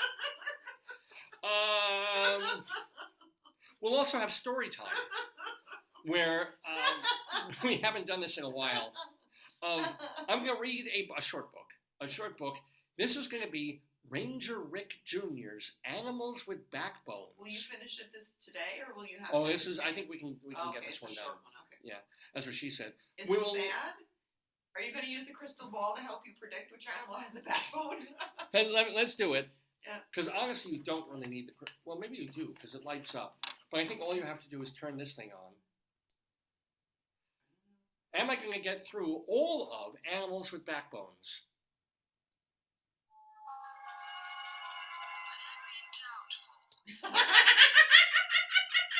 The most negative bitch I've ever come across in my life. Unbelievable. Yes, and Colorado Limerick of the Damned. Joyce and I lived in Colorado for a bunch of years, so I've written poems about lots and lots and lots and lots of different places in Colorado. Today we go to La Jara. La Jara, I was going to say, I guess that's where Guadalajara comes from, maybe. But we'll talk about La Jara, Colorado, and I will read an unfortunate short poem about it. And we will be doing Dave's Big Dictionary, which is where Joyce momentarily will open up this book. We do have our Merriam-Webster Dictionary of the English Language. This is the new edition as of, how long ago was it? 2019, from Merriam-Webster. Actually, there's that's just my library slip. She will thumb through this, perhaps not even using her thumb, because, we're wild that way. And she will totally randomly, her finger will land on a word, and it will be my job later in the broadcast to come up with something to talk about that pops into my mind based on the meaning of that word. So Joyce, she already did it. So she's got her finger. Let me do it again because tell me how to do it. All right. She's flipping through the book as we speak, and when I tell her stop, her fingers are going to stop. Oh no. What did you come up with? I'm going to need these. All right, here we go. T-R-O-U-T. Oh, all right. All right. Yes, I can do this one. This is one of the best words in a while. What? This also has a picture. Yeah. Okay. So Joyce absolutely randomly came up with trout. And there's a picture. I've never seen that. Isn't that cool? So look, here's a picture of a trout, right? And I'm going to read the Does it definition. mean anything other than a fish? I mean, I wonder if trout has a... According to this, but maybe the Oxford English will have whole big lists of it. No, but this is the one we go by. I want to buy you a really fancy dictionary that you could... I would love that. I looked at the bookstore and they had a couple, but they weren't robust enough, I wanted to get a really, a huge, the English dictionaries that are 10 Well, my pounds. Aunt Esther, in her house, she used to have this on a pedestal, this that's giant dictionary. Yeah, that's what I want. And you could go, we can get one of those. But I didn't see it. They had ones that they weren't They were like this, and I thought I want something a little more like Old English, like heavy, like Wow. that. I don't know where to get it, but we need to look and find one. Yeah. Okay. Amazon, yeah. Oh, Yeah. we'll do it. We'll Okay. do it. Although this has been a very, this has been very helpful. I got this out of the library. No, but we need one. Because who has a dictionary anymore? We need one that you own, Guppy. So this is trout, T-R-A-U-T is the spelling for phonetics, Oh, but it's okay. T-R-O-U-T, of course. How to say it? Plural is trouts, or trout. A fish with sharp teeth, from the Greek word trotkis. Maybe it's like the Ogallala. Oh, it may be related to the Ogopogo monster. It might be a descendant of the Ogotrouto monster. Maybe. Might not. Maybe that could happen. Any of various mostly freshwater fish Okay. and game fish is usually smaller than their related salmons. Oh, I didn't know that. I did not know that they were close in the sort of the I salmon-y had no idea. I thought they were family. like a bass. Or Is there? an upright bass, or more of an electric. Thank you. So the the Dave's Big Dictionary word of the day will be trout, which means I've got to talk for 5 or 10 minutes extemporaneously. It's the one fish I've never seen you eat. You've never eaten a trout, have you? It's not well. They Is serve it food? sometimes, Is it but food? because everybody, I was thinking of having. Should I save this for when we? No, we'll talk now. But I was thinking of having fish for dinner last night because we were taking out some food, and they had cod, and bronzini, and salmon. Yeah. If they had a trout, I might try a trout. They don't. Not all restaurants Why? have that Is because it- salmon is more popular. Oh, it's popularity. Tends to be popular. What's the one that everybody? That was a bottom feeder fish, and then they renamed that was the it. branzino. Monkfish? Well, rockfish is very popular now. It's really good. I don't know. Well, what's the one? I They thought give it it like a fancy I Italian thought it was name. branzino. No, there's another one that's become incredibly popular, and it doubled the price of the fish because before then, Okay. it was just like, oh, it's nothing, and now everybody wants it.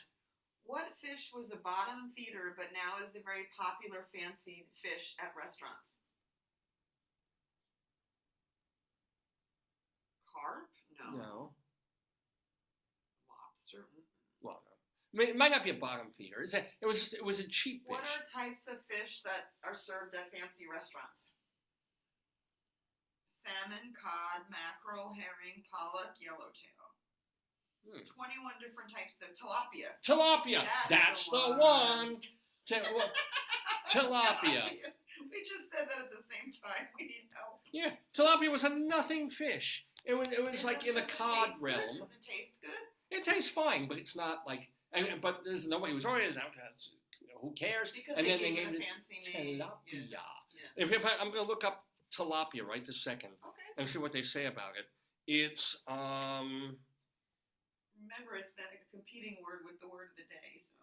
Numerous, chiefly African freshwater fishes, widely raised for food. Yeah. Well, they're not giving I'll a whole. I'll look up the history of it. Tilapia. What was it called before? What's the real name of tilapia?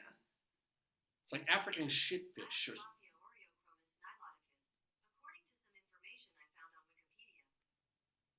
It has a. It was the one they say was the one that Jesus felt the people.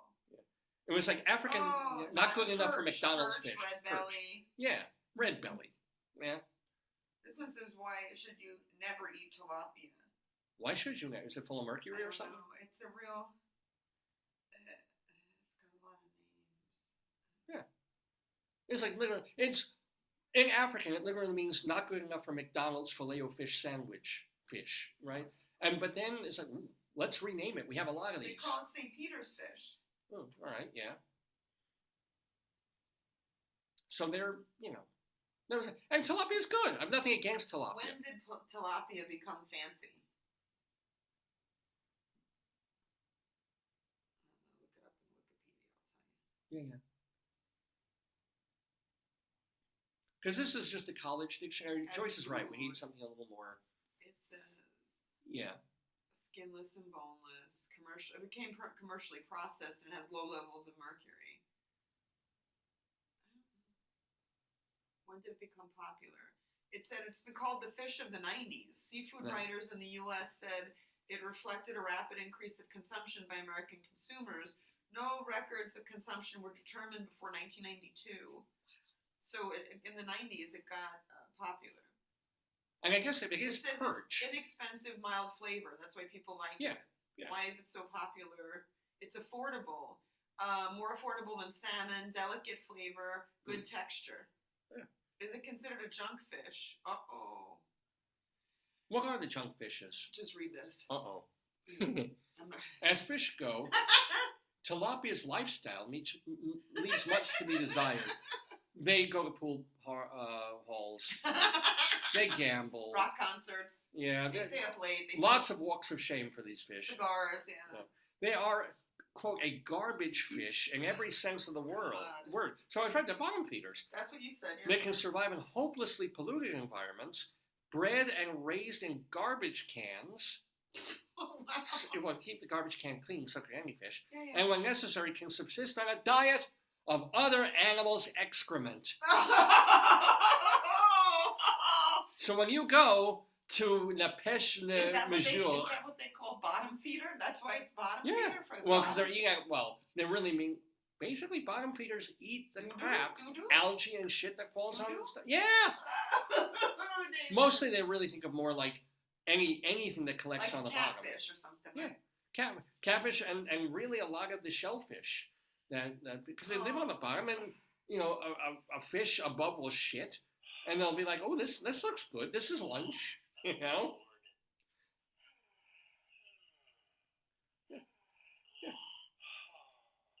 This is www.physicsforums.com Yes.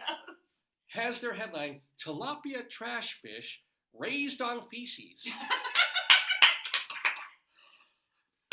Raised on feces. Because fecal matters. So yeah, I wasn't kidding. I know that. Now I see. And now tilapia, which everybody, tilapia. I'm No, it's shit-eating fish. Let me go make you some tea. But that's the thing, when people eat lobster even, what do you think? Lobsters don't, I can't take that. Yeah. yeah, they're not eating a macro-organic vegan diet. They're down there with their little pincher claws going, oh, there's some good duty from last night. Love making my wife laugh. Anyway, that's Joyce. I'm Dave. You're watching Dave's Gone By live on this Saturday, February 10th, 2024, here in the Daverhood, our 930th episode of the show. So, as I mentioned, we're going to be doing Greeley Time's StoryTime, Dave's Big Dictionary, where I'm going to be talking about trout, and then Colorado Limerick of the Damned, where we go to La Jara, Colorado. So lots and lots of stuff to do, but not before I tell you guys, hey, if you have no idea still, you've been watching for an hour and a half, you have no idea what the hell this is. One of the best ways to find out is to watch a bunch of our older programs. Well, you can find our older shows literally going back to the first one that we did 21 and a half years ago on terrestrial radio out on Long Island at WGBB AM radio. So, yeah, it's an hour long. We did it 11 o'clock at night on a Sunday evening. Dave's Gone By. The audio of that, of hearing me 21 years ago do a version of this show, which has morphed and changed, and yet in some ways not changed at all, just go to davesgoneby.com. DAVESGONEBY, davesgoneby.com, and you can literally scroll back or search our entire archives, because virtually every show we've ever done has been saved. We lost one or two, and there's a couple with some technical broadcast quality problems, but for the most part, every show has been archived and kept, and you can listen. So, just look for episode number 1. Look for episode number 100. Episode number 500. Episode number 700. They're all there. And of course, since 600 or 700 and something, they've been video too, which is kind of neat. So those are there. It's all at davesgoneby.com. Plus, there's a separate archive of our interviews, an archive of our sketches. You can pick and choose, listen as you wish, download or stream your choice at the website. It's also the best place to check for what's coming up on upcoming programs. You can find all our archives as well at archive.org. This is a website that I have no stake in or nothing to do with it. It's a not-for-profit website that gathers culture and arts and literature and entertainment from the past hundreds of years into one space. And it's public domain stuff, so they have the right to do it. And they put it up there, and I give them the right to this show. So I have a channel on archive.org, and it's all our episodes and it's all of our interviews too. So check that out. It really doesn't matter whether you go to davesgoneby.com or archive.org. It's the same material, just enjoy it whichever way you want. Or let's say you're on the go and you don't have the time to sit and watch a 3-hour episode of this program, but you want to hear it because it is meant to be a radio show. We're really not a TV program. So go to maybe castbox.fm. Castbox.fm. Now this is just a website that is audio only. It is specifically meant for podcasting. So it saves the show as kind of a podcast MP3 thing, which you can download into your iPod if people use those anymore, or your phone or your device, and that way you can listen in the car, or you can listen at the gym, or on the train, or whatever you happen to be doing, cooking in the kitchen. And you can't just sit there and watch the show on your computer. Okay, you want to hear it. Fine. Go to castbox.fm. Plus, we do actually keep the audio files of our show at davesgoneby.com and archive.org as well. But it's different places to get the same wonderful content that we've been doing for 2+ decades. And is there more to that to share?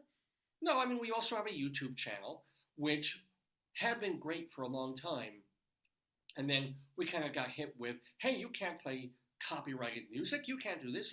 They started muting or blocking our episodes, which is why we kind of moved away from YouTube and into these other platforms. But we still have a YouTube channel. We still upload all our shows to it, and we still encourage you to check it out. It's the Dave's Gone By channel on YouTube. Well, there you go. Anyway, it is just about 10:30 in the morning Eastern Time here in the Daverhood. I'm Dave Lefkowitz. Let's do, let's see. How about we'll start, since Joyce is downstairs making tea, why don't I do a bit of story time? Of course, story time is something that we started to do when, this is going back a few years, when the show was in Colorado. I brought the car in to have a look-see for its typical checkup thing. And in the waiting room of this gas station repair place, they have a bin, and they had a bin with a daily newspaper, and they had a couple of car and driver road and track magazines, and a couple of highlights magazines for kids. And they also had a book called A Cow for Hansel. A Cow for Hansel, which was this pre-young adult, post-children's book about this, still a children's book, about this German kid, like pre-World War I, making sure that we're not going into that century, who's a farm kid, lives a poor hard-scrabble life with his loving but fairly conservative family. And boy, oh boy, he's trying to help on the farm. He's trying to feed the family, but it would be so much better if he had a cow of his own. And all the tribulation poor Hansel goes through to get a cow. And it's like a 150-page book, and we read chapter after chapter for week upon week. Because I've grown to love audiobooks now. I listen to them all the time. And so I created, if you want to go back to old Dave's Gone By, you can hear the entire A Cow for Hansel on this program as I read it and sometimes mocked it week to week. And that started kind of a trend of reading books, but I didn't want to start getting these big books and read every week for months. Generally, I do a book that I can now finish in a week or two. And sometimes the most fun ones, and the ones that I like to make fun of, are children's books, are little kids' books. So I don't know whether this is just going to be fun or something to make fun.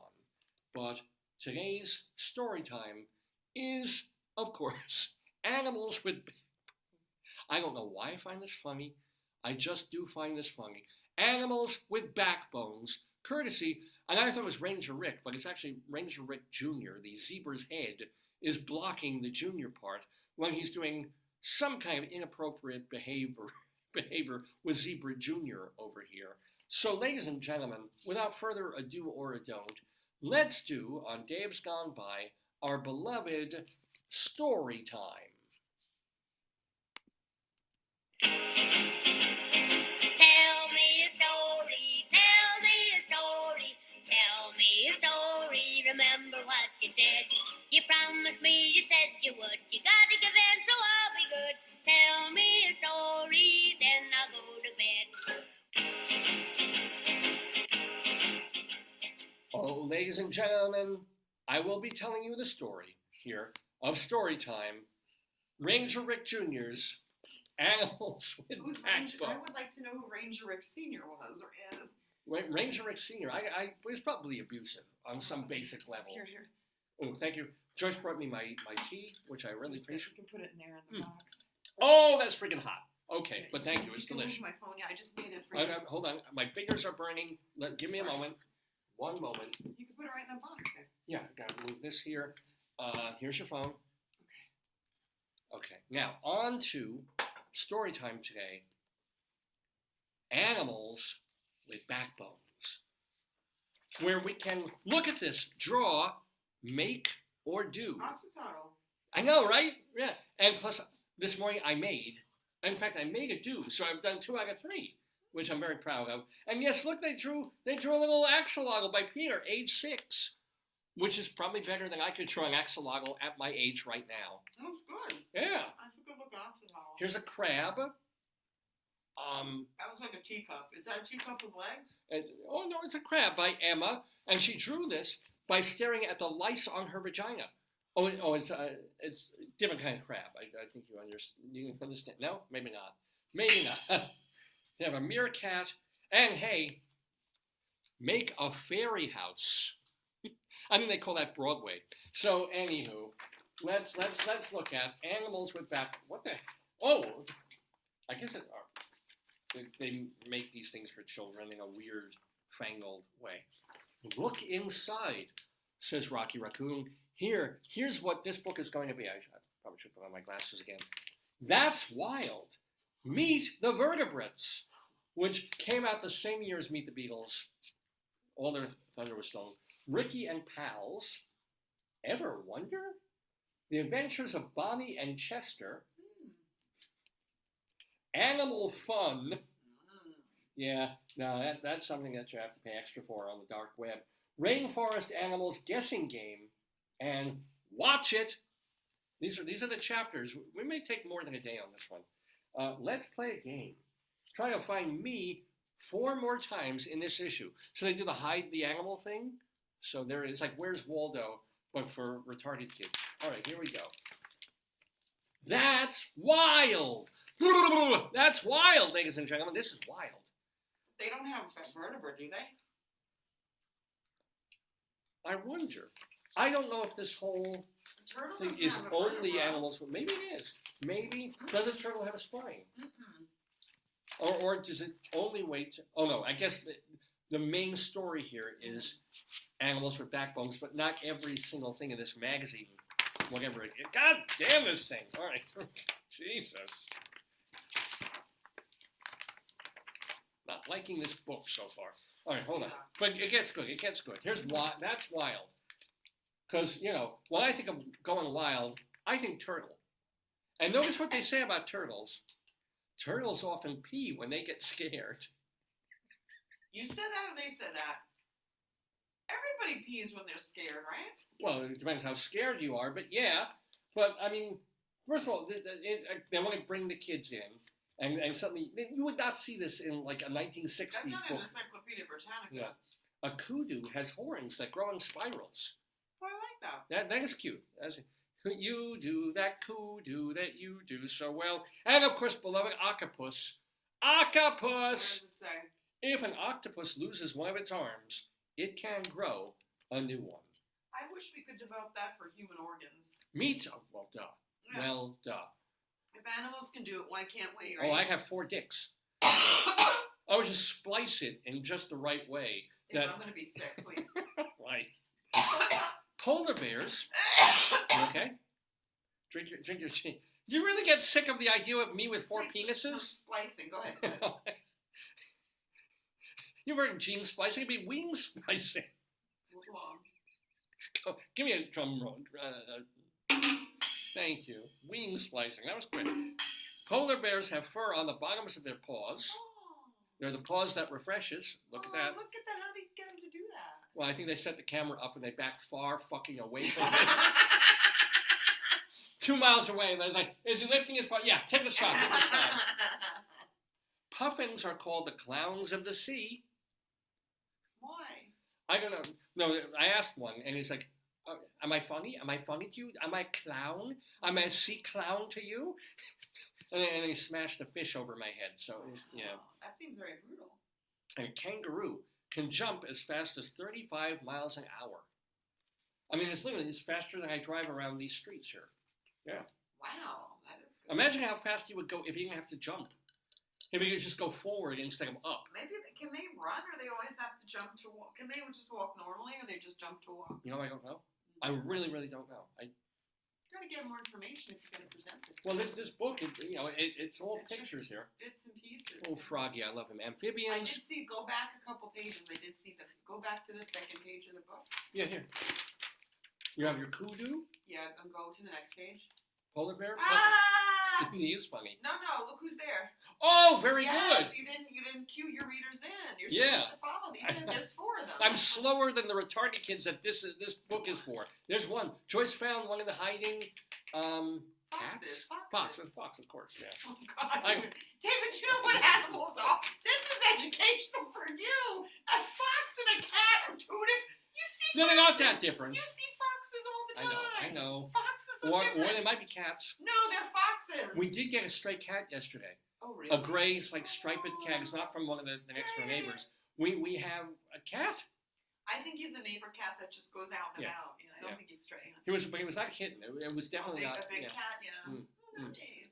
Yeah. And you know me, David, are you sure it wasn't a raccoon or maybe a neighbor? I'm always on the lookout for new pussy. So there you go. Vertebrates, my friends. Vertebrates are animals with bones beneath their skin. Ugh. Why does that sound? It's not gross at all, but it sounds the way they put it gross. I don't know. It sounds. We have would you No, rather I have know. bones outside? No, but it's not the way. Long, strong backbones help them walk, fly, or swim. That's okay. That's not even a. This is meant to be a poem, and this is bad poetry. Okay. Vertebrates are animals with bones beneath their skin. Long, strong backbones help them walk, fly, or swim. Skin and swim are not rhymes. They need to go to Layman Angle and get that shit sorted out. No. Fish, this rhymes. Okay. Fish and frogs are vertebrates. Birds and snakes are too. And mammals all have backbones. Even kids like you. And then, of course, know your bones. Yeah, but a snake doesn't have a backbone. Apparently, a snake does. Really? It could be a So flexible. say A that- fish can have a backbone. Read And that snake part. Yeah, I don't know that. well, reptiles have. See, it's educational for you I too. learned. Snakes have a backbone. Otherwise, they'd just be worms. I think. That's deep. Yeah. Here, look. As a matter of fact, look. Here he is. Look. That's the X-ray. That's a real X-ray, I'm sure. Well, fish or snake, they've got backbone. They're just flexible. You know, our backbones are, thank God, flexible too, Yeah, I'm to an sure. extent. Yeah. Well, you have a fused lower I got vertebra thing, but yeah. messed up stuff. The bones that make up an animal's back are called vertebra. A snake has more vertebra than any other animal. Wow. Little, Good yeah. to know. Now I feel educated. Know your bones. Good Lord, David. Know it when I bone you later tonight. No, I don't know what that means. There we go. Fish Yep. have special backbones Why? that wiggle side to side. I'm reading this, hon. I'm not making it. Did someone write this when they were on acid? I mean, what, like Like, Well, this one properly rhymes. okay. I'll start again. The fish have special backbones that wiggle side to side. When swimming in the water, their bodies swish and glide. They're basically fish Liberace. Yeah, there you go. So fish. Yeah. Fish do not have feet. Oh, I was wondering about that. Yeah, I was going to ask you. So, I mean, this is again a false rhyme here. So they cannot walk on land, but their flippy flappy fins paddle water just like hands. Problem is, of course, land and hands is not quite a perfect rhyme, as Stephen Sondheim would say. What's wrong with these people? But yeah, but flippy flappy. They're flippy flappy fins. I love that. Flippy flappy, flippy flappy. Well, they do flip flap. If they don't flip flap, they'll die. They'll die, right? exactly, yes. That's how they get through the. See, he's not flippy flappy, he's unhappy. Do fish sleep? Can you They can you must sleep Google? like- I don't know. They're When they sleep, do they flap their fins? Like, don't they fall if you don't? and flap don't your they? fins? How do they sleep if they don't breathe? Because Yeah. they gotta come up for something. How do fish sleep? According to National Ocean Service, National Oceanic and Atmospheric Administration, some fish float in place, some wedge themselves into a secure spot in the mud or coral, and some even locate a suitable nest. So they either they just place themselves somewhere. How can you tell Actually- if a fish is sleeping? They've not moved. They're floating in place. Ew, they sleep with their eyes open. Well, yeah. Except Yeah, you for never see- sharks. No, Fish- yeah, fish do. If you ever had a fish tank, you'll never see a fish with its eyes closed or blink, really. They just have like. Mm. But it occurs to me now, if you have fish that are deep, deep, deep, deep, deep in the ocean, Yeah. which you do, right? Yeah. I was- How do they breathe? Don't they have to surface at some? No, I don't think point? they. Okay. Do fish ever have to surface to breathe air? According to Ocean Conservancy, it's a system that works well in aquatic environments, where oxygen is much less concentrated than in the air. But gills don't translate outside the water, that's why no fish can breathe air. Because gills can't process air. So when fish come up, they're not coming to breathe. They're only coming to feed. Like when Yeah, we have a probably fish tank, food, they're yeah, not yeah. breathing. They're just. I got it. Okay, thank you for that. Do fish have to surface for air? Mm-mm. No, they're just globbing at the brine shrimp or whatever Whatever it is. the yeah. tetramin. So here's the hog. Oh, by the way, look, hon. Look who's there. Oh, I didn't see it. No, that's the second sighting of the Yeah. fox. What is it, honey? It's a fox. It's a fox. There you go. And hey, do you know your bones? A fish skeleton looks like an arrow. Oh yeah, I can see that. Yeah. By the way, time flies like an arrow. Fruit flies like a banana. Yeah. So this is a good shape for moving through water that they have. That's why they do it. And by the way, if you want to, you can play Kahoot. I don't know what the hoot is. They're probably in cahoots with the makers of the game to put this in the thing. No, look, I love frogs. Look, aren't frogs the best? So this is a frog. Amphibians. Amphibians are vertebrates. They include newts, toads, and frogs. Their babies swim in water Aw. among the rocks and logs. Aw. And that's and we saw baby tadpole. Well, Yes. but they didn't look like tadpoles They yet. were They're just like tadpoles. fish. I don't think they put fish in that pond. Maybe not. Well, what do the frogs eat? What species of animals do they put in the lake at Green Spring Station? Oh, this is a wild thing. Green Spring Station is just shops. Because I thought I've seen schools of fish in there, but maybe they're just What baby. do schools of baby tadpoles look like? Yeah, it's probably. They're tadpoles. You're right. It's hard to see them because you're just seeing from the top of the water. Well, I was so excited because 2 weeks ago, the pond was frozen. And then we went there yesterday, and you could see like a whole school of little baby fish swimming through the water.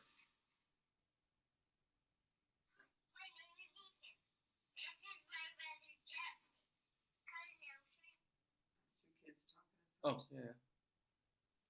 No, just showing the metamorphosis piece, but they don't have a lot of videos of tadpoles swimming. That's terrible. Videos of tadpoles swimming in a group. Oh yeah, I Yeah. think that's what you saw. Yeah, you saw them too.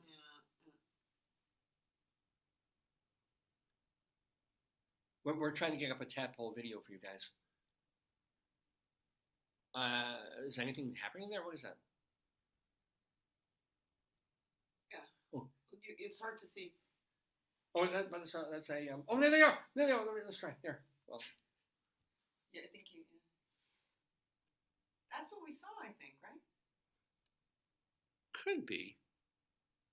They didn't look like that though. They look more like fish to me. But Maybe next time, if you see the guy, remember the one guy you said who said he did all the landscaping and whatnot? if I see them, yeah. But also, if we go back in a week or two and they are tadpoles, Oh yeah. they're gonna get that blumpy, no. thing that's gonna make them look like tadpoles, as opposed to just like zebrafish or something. They swim in circles, so they go kind of slow. It could be them. Could have been them that we saw. But then again, it's a very small pond, so they go and they come back and they go. It looks like they're going in a circle. They just have nowhere else to go. I know. It's hard to figure that. I don't know. But here's the deal. So you got these little new toad frog. Their babies swim like little fish. When the babies grow their legs, Yes. they're ready to explore. Oh. They crawl out of the water and start new lives on shore. Oh. Ah, The Jersey Shore. well, yes, yeah. Remember, the only frog we've ever seen there is dead. We saw one dead, dried up frog. No, we saw frogs. When? We saw frogs. Oh, in the water. yeah. But not. Yeah. But they're supposed to come out of the water and hop around and. Yeah, but maybe they live. don't like it. It's too hot. Okay. It was summer when we saw him. I think a bird got that one. Oh, yeah. Well, once it was out, it Yeah, got yeah. pecked and stuff. Know your bones. How many neck bones does a frog have? 2. One. I did not know this, but apparently. Wow. So guess what? A frog cannot turn its head from side to side. Because he doesn't have a articulated spine. So I guess it moves its whole. Yeah, yeah. Mm-hmm. I guess. See, I'm learning from this. You can see another picture of the See, fox. this is a tadpole. Oh, I don't know if that's what we were seeing. No, that's Maybe. a big one, though. Well, yeah. It's Well, also no such thing as a big tadpole. It's magnified, David. There, no. I also he's probably got the blumpusy head on Yeah. already. Yeah. All right. Let's do one or two more pages of our story a time. later stage than what we're used to. Reptiles, Okay. turtles, snakes, and lizards Hmm. don't all look the same. Here's another bad rhyme. But they all have scaly skin Mm-hmm. and share the reptile name. Oh. Same? Oh, actually they do. I'm Same sorry. and Same and name. name do rhyme. I'm sorry. Forgive me, author. Who wrote this? Stephen McGillicuddy. Was published by the National Wildlife. Who's Stephen McGillicuddy? Editor-in-chief is Laurie Collins. Art director Cindy Olson. Photo editor is Chris Conway. Production man, they don't even have an author. That's so sad. They have an advisory board Good. of children. Hmm. All literally age 5, age 7, age 6. But that makes sense because they can tell you if they understand it. And it's actually really, really cool. Maybe the kids are the ones who are writing these poems. That makes sense now. This is pretty neat. Ranger Rick is published monthly, Oh, but they don't Where did we find say this? who wrote it. Where'd you Oh, read in the free book drop. Yeah. Yeah, okay. I just placed it. Okay. So reptiles all have backbones Mm. that help them move around. They may scurry, swim, or crawl, or just slither on the ground, like Harvey Weinstein. Know your bones. Getting a little old with the know your bones stuff. A tortoise's shell is made up of bony plates. The animal's vertebra and rib bones are attached to the inside of its shell. Oh, the rib bone's connected to the shell bone bone's connected to the turtle bone's connected to the onion bone. I don't know where I'm going with this. Let's do one more page. Oh, this is cool. Birds. Perfect timing for birds. Every bird has a bony back and 2 bony wings. As in any vertebrate, bones are useful things. Bones let birds perch, of course, as well as walk and fly. Birds have strong and hollow bones Wow. that help them soar so high. Yeah, because if they were heavy, they couldn't fly with the weight of it, right? So, Well, a plane can fly. yeah, but a plane has like a motor. They just have wings to flap. Yeah, well, they fart. I don't know. Well, make them like, Make them go fast, maybe. yeah, that's How they escape a predator. Oh, hunt duck. Duck. Did we see any more of the any more of the little foxes? No, I haven't. They Okay. probably hid the third so one we have somewhere. two. We have Yeah. 4 of them we have to look for. 4? Oh, I thought. 4. Cool. It's 4. Yeah. Trust So we've me. got 2 out of 4. Yeah. Know your bones. A bird's bones are very strong for their weight. Okay. Such tough bones are perfect for flight. Look how this is a plover. Oh, isn't he beautiful? I think it's a lady on the nest, honey. Oh, she got eggs. Yeah. That could be it. Yes, Baby bird. it's Maisie Bird. There she is. You know what? Let's table this and we'll do mammals next time because we got mammals coming up Oh, wow. and all sorts of other fun things from Ranger Rick Jr. and one of our favorite books of all time, Animals with Backbones. There we go. Fun. Yeah, but I just have to post. So I could bring my computer here and do it. Would you mind? Well, yeah, do what you I just gotta have do. to do it because they're posted. If I want to send them. Oh yeah, absolutely, So it'll just absolutely. Take me a minute. I'm gonna go out in a second. So that, my friends, was story time. Oh yeah.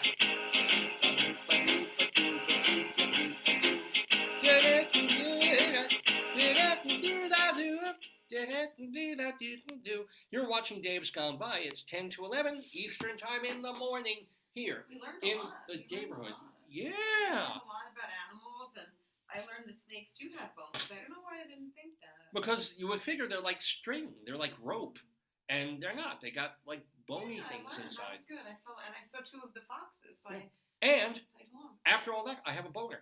So there you go. Now, was that so hard? Yes. No, just kidding. We have coming up on the show our Colorado Limerick of the Damned, where we're going to La Jara, Colorado. We have Dave's Big Dictionary, where I'll be talking about the word trout in some capacity, just extemporaneously. And we'll have Greeley Times. So, you know, before you go, you have to open that thing up at 11, I'm gonna right? bring my computer in here. It's Yeah. me 5 So, seconds. but let me ask you: do we do Bunion Watch before or It's up after? to you. Whatever you feel is your inclination. Why don't I'll do Bunion Watch while you're getting your stuff ready. I'll get my laptop Yeah, and bring it in yeah. here. I'll do it in here. You don't mind, right? Right? Do you have the Bunionometer with you? What do you mean? The Bunionometer. Oh, I'm sorry. We don't need the big one. We need the travel size Bunionometer. I think we only. No, I was joking. There's no such thing as a Bunionometer. Oh, Yes, there is. oh, actually, we kind of do.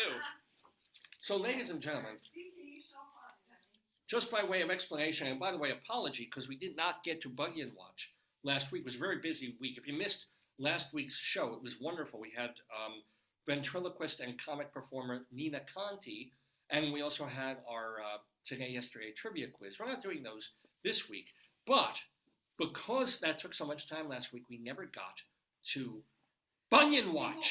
People wrote in, David. Well, yeah, people were upset. I mean, people, and the weird thing is they didn't write to me. They wrote to, like, the Chicago Tribune. I think your podiatrist was upset. Dr. Finkelstein was not happy.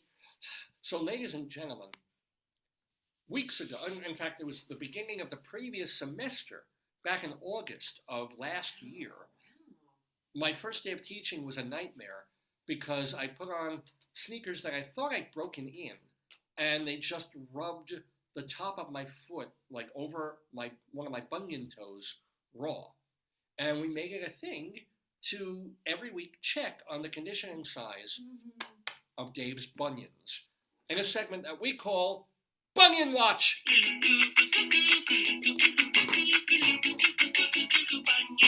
She's Bunion, she really is a good one, she's Bunion. Listen, doctor, to my plea. It's time for bunionectomy. Bunions, they're a pain in the feet. These feet of mine have got to go. Please get these bunions off my toes. My elbow foot, foot rule always has my elbow foot. Bunions, bunions, painful, painful. Bunions, bunions, painful, painful. You know, if you think there's something wrong with me, understand that other people wrote those songs and put those available on like SoundCloud and YouTube. There's people who've written these songs about having bunions on their feet. They weren't written by you or for you. Well, nor were they written on the bayou, because none of these folks were from Louisiana. You don't know that. Oh, I know. Well, I know. You know some. that? Yeah. None of them seem Louisianian in the end. So here's the deal. Every week now, or most every week, we check the condition of Dave's foots. His 2 foots, both of his big toes have major bunions. But they don't give him a problem. In fact, even that day when Dave's feet were rubbed raw, it had nothing to do actually with the bunion. It was the top of the sneaker, or the under top of the sneaker, rubbing the top of Dave's foot. So, but let's take a look at Dave's feet today. And by the way, Joyce was very helpful cutting Dave's toenails yesterday in advance of this segment, because she knew that my feet would go on camera, and she wanted them to look their best. So she helped me cut my toenails. I ate them, as I used to do when I was. No, I didn't. So here's my bad, or I should say my large bunion on my big right toe, on my right foot. Look at that. Look at that sucker. Now, this is not the one. That's a good image. Isn't it? Yeah. Is that the one that's sore? No. This, even though it's the bigger bunion, this was not the foot that gave me trouble. So, but let's see if I can do a measurement on this to see if my bunion has gotten any bigger appreciably in the past couple of weeks. So, yeah, I'm still seeing it's about less than half an inch at its most bony, my bunion, on my right foot. But now let's look at the left foot, because this might have some action today. Oh, was that the one that has the toe? Yeah, because this is the one, let's see this. Oh, okay. So, first of all, the bunion is fine. Doesn't hurt. It's kind of glowy in this light. So, Ooh. look at Mount Fuji here. Electric bunion. See, there he So is. I'm done, David. I just had to post my notes. Yeah, Look what absolutely. happened. It gave me What? it gave me AI on this computer. It uploaded AI. Oh, all right. Yeah. More precise, more creative, more balanced. Well, Wow. so notice, right foot bunion, left foot bunion. But here's the deal. Here's what we noticed, or I felt in the last 2 days. On one of my other foots, there's kind of an irritation, like a healing on the top of your toe. scabby it's very unusual. sore Yeah.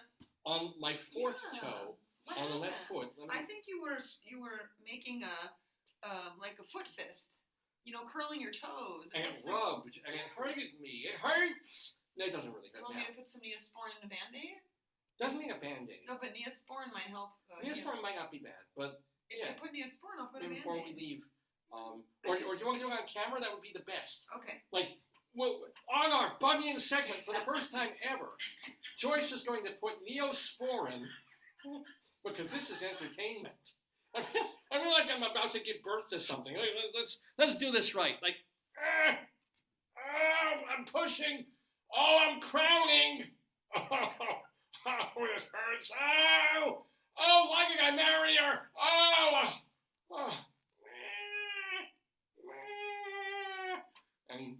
And thus Potato is born. So, Joyce is looking for a Q-tip and a Neosporin. Use a big boy Band-Aid, okay? Oh, and a big boy Band-Aid to You're put. not gonna get Mickey Mouse or anything. You're gonna get real. Oh, a true actual Band-Aid made by the Band-Aid company. Oh, 'Cause well, like I look at said, that, how big your foot looks like that. Okay, hold on. I need I don't want to put it on the. You want to hold the dragon? Well, we're going to do this on camera. Yes, I I'm can going to help hold you. the dragon. I'm Okay, going I to can hold it do tight. it. Just give me a second. I need to Okay. get my supplies here. So Joyce is opening a Band-Aid. You wanna Can you do all of this on camera, though? show this But to me? here's the thing. Here's See, the look. Band-Aid. Oh, yeah. And now she's going to slather. I'm using the good Neosporin so it'll heal. Oh, all right. We have ones that are 3 years old. I don't think Yeah. that But this isn't really bad. It's not giving me pain anymore. No, it It's will just- though if you don't treat it. Joyce is putting one of Joyce's hairs is on the Q-tip now. That's right. Oh, that's a lot. It's a tiny little sore. What? Would you stop yammering? All right, here we go. She's going to take the Q-tip, and she's going to touch the Neosporin I can't see. Let me see the to foot. my boo-boo toe. Which is your boo-boo toe? Show me. The fourth from the left. 1, 2, 3, 4. That one. This See it? See it? Okay. Let's isolate the toe here. Ring. Oh! No, I'm just kidding.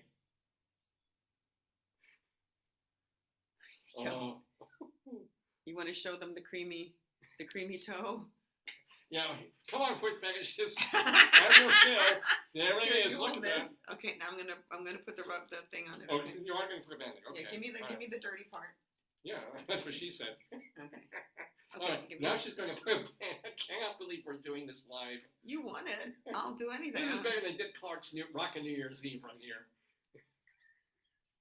Joyce is band-aiding my toe. It's a little toe. Look. So, and look what a beautiful job she did. There Look you at it. go. There it is. I will be filling you, honey. It looks like my toe has a foreskin. It's adorable. No, your toe's protected from the ouchies. You don't like the ouchies, you told me. I don't like the ouchies. It rubs. It hurts. I know that, and you'll be yelling. It's not the all good day. kind of rubbing that I like. You'll It's be this dirty rubbing. You'll be yelling in pain, and that's not a good way to go. It is not. It is Yelling not. in pain is never good. I don't know what happens. Wait, what are you looking for? You want to play some desk skee ball? Oh gosh, we can. We can, or we have our segments to do. We saw Greeley Times Oh to do, yeah. or Limerick, and Dave's Big Dick, Sherry, and Friends of the Did you do the Neighborhood. word when I was gone? Did I miss anything? No, I was doing Oh, you were hugging Bunion the watch. dragon I'm and getting hugging your the foot dragon. tended to. Yeah. How does What your was I foot reading feel? about chasing the dragon? Someone keeps chasing the. Oh, it's a film. I won't mention the title in case any students are watching. Chasing the dragon. But it's it's in the script of a film. Chasing the dragon, expression given to the pursuit of the original or ultimate but unattainable high, which can lead to a dangerous spiral of legal and health consequences. There's a character in a Well, movie. I think heroin is the dragon, Yeah. right? Mhm. Is In this heroin particular movie, it is. Yeah. foily. It's what? They call it CTD or foily. And then foily is when they inhale things off of foil. Oh. No, they inhale bad things. Yeah, no, drugs. I've never heard this. Foily, Foily in Australian. Curses, foiled again. It's slang for heroin. Yeah. Because they use that phrase twice in the script. There's a script I'm going to be giving my film students, and the idea is they're going to be imagining what the film looks like. And it is an actual film. Well, and you then I'm know, going to show the it film in says class. This is the origin of it. That Yeah. The origin of the phrase, the slang of a Cantonese phrase, Oh. origin from Hong Kong. Yeah. It refers to inhaling the smoke from heated morphine or heroin or opium. Oh my God. And the term involves the similarity between the rippling smoke and a dragon's tail. Like the smoke, the smoke is that's When you the burn it, dragon. yeah. Mhm. What does it mean to ride the dragon? God. Well, Chasing that's not chasing good. the axolotl. I That's wonder what not that would good, be. though. Yeah. No, That's it is. not. Let's get Potato on camera a little bit there. That's What, because he likes to potato? be. Oh. I'll come up a little bit more. Get this desk up here. There we go. That's better. Anyway, we are chasing the dragon of entertainment and of a comedy high here on Dave's Gone By. Our 930th episode, we are live on this Saturday, February 10th, 2024. I'm Dave Lefkowitz. That's my wonderful and adorable darling wife, Joyce. This is Potato. This is Chicken. And you are here with us. We still have an hour of show to go, which will include Greeley Times, which will include our Dave's Big Dictionary, where I'll be talking about the word trout, and Lahara is where we will be going for our Limerick of the Dam. So, hon, are we ready for some Greeley criminality? Oh, hold on, wait. Oh, I have no. it. What am I looking for? I don't know. Wait, okay, yes, I am. Okay. Oh, we got the bell. I don't know what happened with the ding ding bell. Is that in there somewhere? Well, I might put it in one of my drawers there. I bought a ding ding bell. I'll fetch it. I don't know. It's usually only for the quiz, though. So maybe I used it for the quiz, and now it's hard to find. It's okay. But we will need this. There's no real reason we will need this, but we're going to use this, and we're going to put that on my head. I'm going to find your bell. Hold on. Joyce is looking for my bell. It should be with all these other things, but things get kind of messy when I'm trying to do them. My hat, no! Okay, there we go. Potato, would you like to wear this?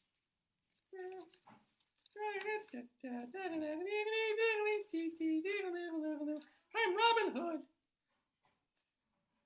All right, let's get ourselves settled. It's getting too silly now. Let's get ourselves settled because we're going to be doing Greeley Times. Now let me explain what this is.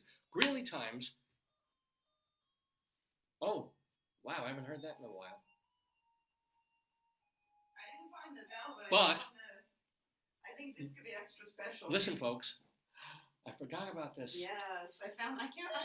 It's probably in the other. Look, one second. You play that while I look in the other room. I So know it's got to be somewhere, David. our next segment is Greeley Times.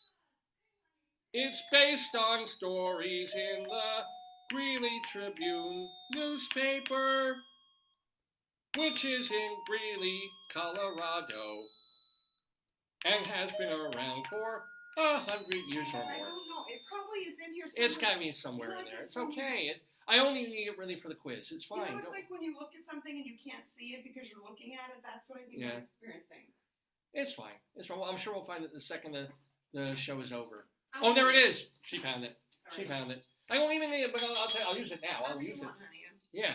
Look at it. It's my post-mastectomy. I don't know why it's painted that way. I don't get it. Anyway, okay. Anyway, it's cool though. Listen. Sure. Bell. Order Bell. up. Huh? Order up. Order up. Order up. Yeah. So, we have the bell, we have the noise. What we need is the We criminality. need the funk.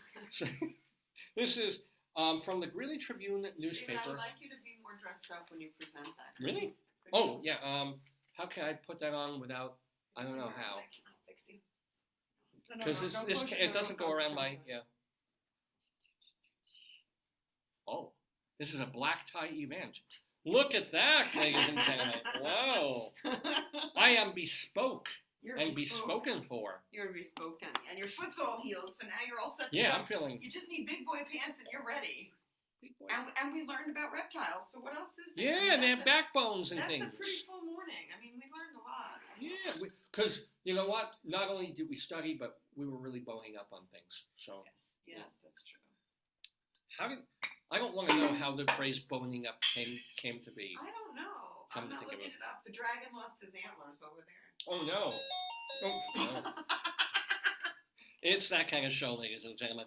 The Greeley Tribune is a real, actual newspaper with a fun column in it every week where, this is true, they take phone calls that have come into the police department in northern Colorado from people who see weird things, scary things happening in the neighborhood, and say, hey, have the police look into it. But it's not like they're not really dangerous. Like they're not like the most horrific of crimes, you know. Yeah, these are, the point is of this comical, even though it's based on truth, this comical column in the paper is that look at these insane phone calls that our dispatchers have to deal with and that cops kind of have to either follow up or make a decision on. And so they call it in the newspaper, it's called Cop Log. We call it Greeley Times, and it goes like this.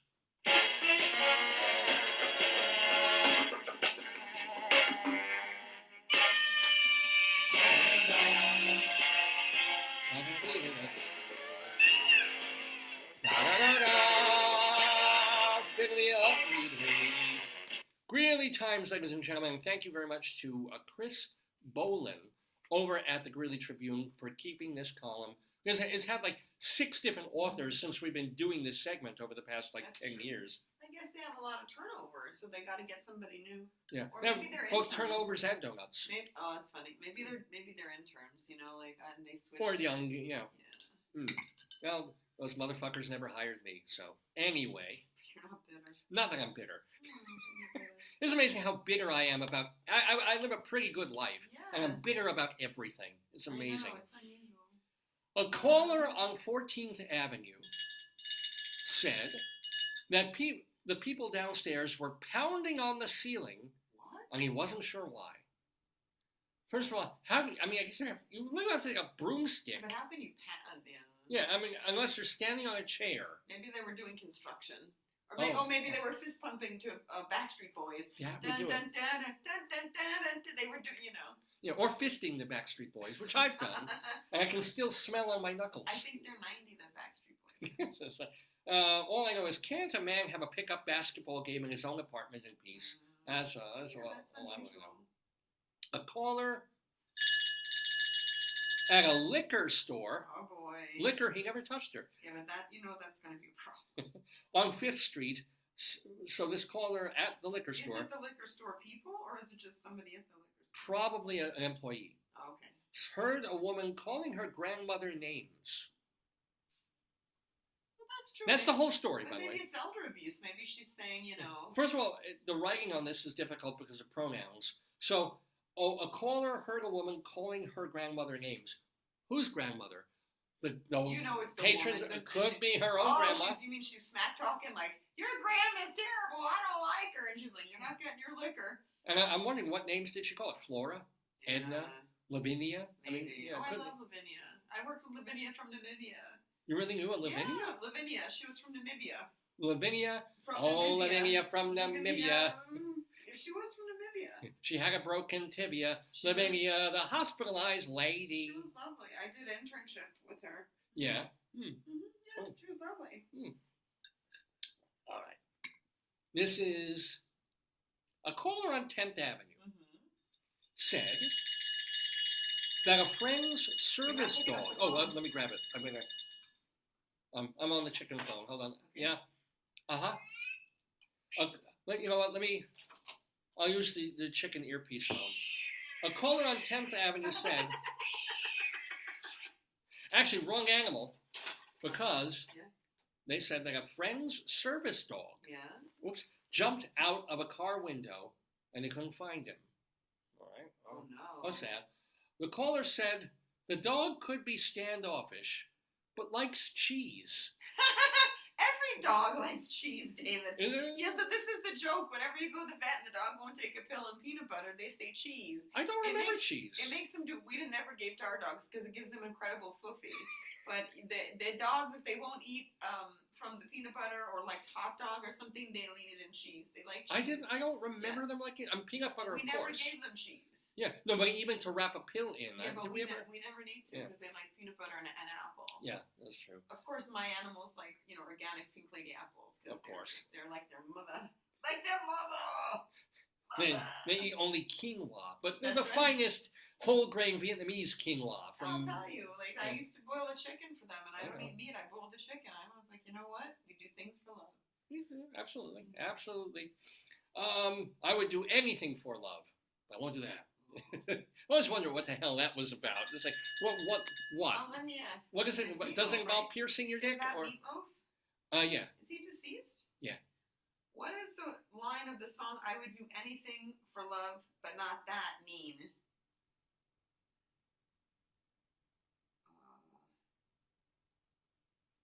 And Jim Steinman also died a few months ago. So the guy who wrote the song is gone.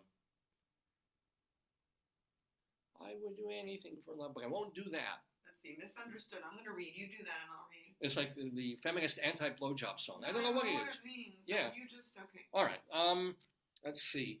A caller on 20th Street. Wait. Right. Oh. It says the thing he won't do, Meatloaf said, is spelled out in a line above the chorus. For example, Yeah.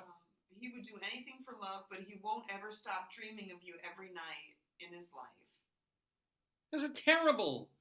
I mean, it's a nice idea, but it makes Never stop dreaming of you. Never forget the way you feel.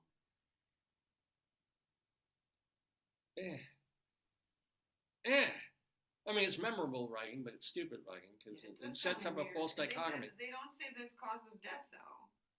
Who, Meatloaf? Yeah. I don't know. Was he left in the oven too long? Coronavirus. What? Did he really? It says theatrical superstar Meatloaf, who's Bad Out of Hell is one of the best-selling albums of all time, died at 74. It said he died in 22, I think. Yeah. It said reports say the singer had recently fallen sick with COVID. With COVID. I'm trying to. So I don't know if that exacerbated. Maybe it did. He was a big guy, but he lost weight. I mean, he wasn't morbidly. Meatloaf said Marvin Lee a day. What? He was Marvin Lee a day is his name. Oh wow, yeah. I was gonna get a Marvin Lee a day calendar, but they were out of them for 2024. I don't know. So they got the monthly calendar instead. Oh, okay. Okay, I'm sorry, honey. I'm sorry. We went on a tangent. Go ahead. All right, a caller at on 20th Street. Pick up the phone. Pick up the Oh. phone. I gotta get it. There we go. Yeah, huh? Hey-o. Uh-huh. Don't do it in your ear, David. Don't do that. You have a chicken on your other ear too. Do I? Yeah. It's I'm sorry, I can't hear you. I have a chicken on my ear. He's so cute. Look at Lila. If I do you think this could start a trend? It's pretty. Instead of piercing, just like walk around with a chicken? I think it's harder to keep it on there because if you laugh or how are you gonna wear glasses? Oh. Yeah, you're gonna have a problem there. And if police stop me, they say, "Oh, well, he had his cock out in public," so it's not. No, it's a chicken. Isn't that the? No, that's a boy rooster. Oh, it'd be a rooster. Yeah, they're baby chicks. Oh. They're very cute. Well, I know. What guy doesn't want to walk around with a cute chick, right? Right? Right? Right? Okay. So a caller on 20th Street, I picked up the phone. Hello. Reporting a man walking around the park with his hands down his pants. Yeah. Oh, it's you. In joke. It's Daddy. Daddy likes to scratch his privates. It's his favorite thing to do. When you're in your 20s and your 30s or a guy, masturbation, sure. But by the time you hit my age, there's nothing better than reaching down. And I have backup on this because I used to listen to, on WFMU, Glenn Jones and X-Ray Burns. Oh, you love them, yeah. And well, X-Ray died a few years ago. Really? Yeah. Oh, He had who's cancer. his new partner? No, Glenn just does the show Alone? himself. Yeah. What's that? I haven't listened to the show in years I wish because you they would were have- funny together. Yeah, but who's his friend? He needs a foil. Well, he has a wife. It's not like he's alone in the but world. he needs a foil. You know? It's because he always joked. They joked together that X-Ray was the funny one. Oh, really? Glenn was the setup guy. Glenn was mildly and amusing, you but just X-Ray was talked about funny. cheese. There's a listeria outbreak in Walmart cheese. In Walmart, yikes! Oh, And Trader Joe's. it has a backbone. Yeah. Oh, and Trader Joe's Yeah. also. Mhm. What Crap, we were cheese? also going to go there. Cojita cheese, queso fresco, and then you know what listeria does? What does it? Well, it gives you diarrhea, doesn't it? Let's see. Fever, muscle aches, headaches, stiff neck, confusion, balance, convulsions. Whoa, convulsions. Yes. That's not good. That's not good. That's worse than Here COVID. It says Costco, Trader Joe's, Walmart recall dairy products over listeria. Okay, that's bad. We won't go to Trader Joe's today. No, certainly not. Well, I was just going to say that X-Ray Burns, he would frequently say Yeah. his favorite thing, he would just get up, I mean, like a typical man, for 2 minutes, he could just stand there scratching his sack. Nothing felt better. He liked the Taylor ham sandwich. And just, the guy thing of you just scratch Why your did he sack. die of? And life is good cancer, I think. Oh. Yeah. I felt that's sad. They were a nice couple. Yeah, they're a radio partnership couple. They work great together. And it was. I remember you first introduced me to them when they were going on that radiothon. They did it for like so many hours, and he couldn't like pee. Well, that was just glad. I didn't know about X-ray at Didn't that he have point. to pee? They couldn't let him pee or something. Or he couldn't. Well, yeah. What happened was Glenn Jones, who is still there on WFMU, and I think he also pays for sponsorship for a time on a more commercial, like 50,000 water station, Wow. a couple of times a week. But he does this weekly Sunday afternoon show on independent radio station in New Jersey called WFMU. Yeah. And I had never heard, I didn't know from any of this, Yeah, but yeah. in the papers it was saying he was going to break the Guinness Book of World Records, of staying on the air longer than any other DJ, because he felt it was a takeable record, and he loved radio. Why are you doing it? I think I can achieve it. It's Yeah, well, why bother if you don't think you can do I it? know, Yeah. but it's just like that's kind of like. And it seemed reasonable because at that point, I think the most was 70-something hours So that's what 3 days. consecutive. Oh yeah. But But was he allowed to eat or pee or? well, that was the thing. There were rules, and he followed Oh, very okay. carefully the Yeah. rules because you don't want to be Disqualified. Yeah. right. So you could play music, of course, but you couldn't play like 8-minute songs. They had to be like Oh really? 2 or 3 minute. So yeah, you couldn't play like Beethoven's Ninth. Played Led Zeppelin. I played Led Zeppelin. Oh. Stairway to Heaven. You could play a Led Zeppelin song, but it had to be under like 3 minutes. Wow. Okay. And you had to. Did he have to be alone? Or could he have a partner? No, yeah, absolutely. He was interviewing people. Oh, okay. He made it tougher on himself even than it had to be. Why? Because imagine after you're awake for like 80 hours, and then you bring someone into the studio and try to talk to them. No, I'm like, Yeah. Yeah. And so he's doing that, and the rules are: you play music, but you have to announce and back announce each number. Okay. So there were points in the broadcast, even like 40 hours in. Yeah. It was like, those the Mellow Kings tonight, and now, How do you know- literally. Could he drink caffeine? Like you But can- you also got like a 10-minute break Mhm. every like 4 hours. But could you drink caffeine and use Oh, yeah. stimulants? Yeah. Well, I mean, it's You can't use- legal ones. No, that's what I'm saying. You could like, take I Red wonder, Bull. Yeah, like you could drink caffeine or have like Red Bull or some energy. Well, you have to drink. eat. Oh, no. Yeah. Yeah. You can eat while you're on the air. You can, or you can take your 10, 15 minutes. Oh, He took a shower at one point, but you can't, the break, once the break is over, you're And back he didn't on. Did he make it? Well, that was the thing. He also wanted to break the record and then someone hit 100 hours. Oof. And he did. He was on the radio for 4, you can go get WFMU and even see some video of it. But he was on there for 4 straight days. Oh my God. And I read about this. I'm like, this man is a hero. He's your guru, yeah. Fuck these people who are going to Africa and feeding children. Hell with, it's actually pre-9/11. But hell with the, what do they call first responders? And stuff. This man is singing in a radio station playing music for 4 consecutive days without accepted Guinness record breaks of 10 minutes. Has anyone beaten that record?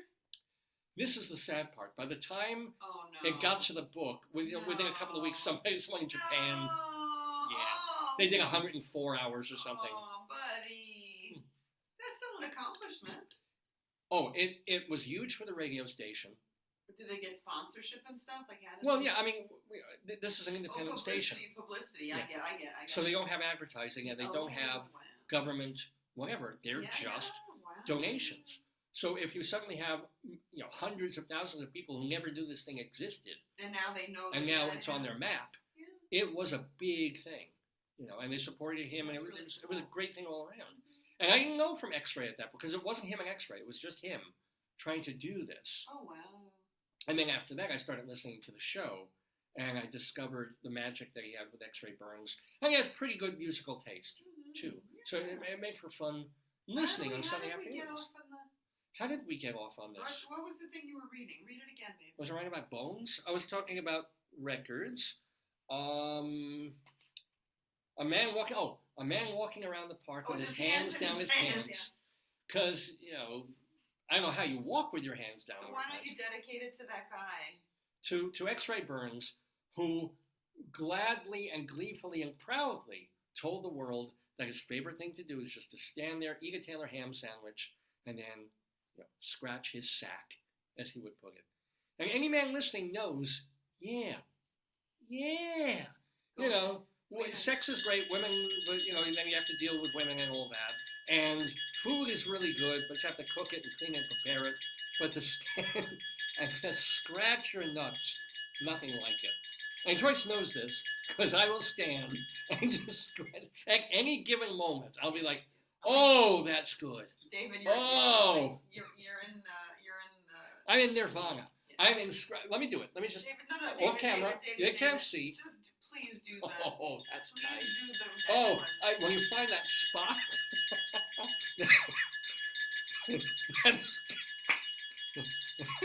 that scrotal inch. Oh my god! All right, there's a phone call. I gotta get a phone call. Okay, I got it. Hello, caller.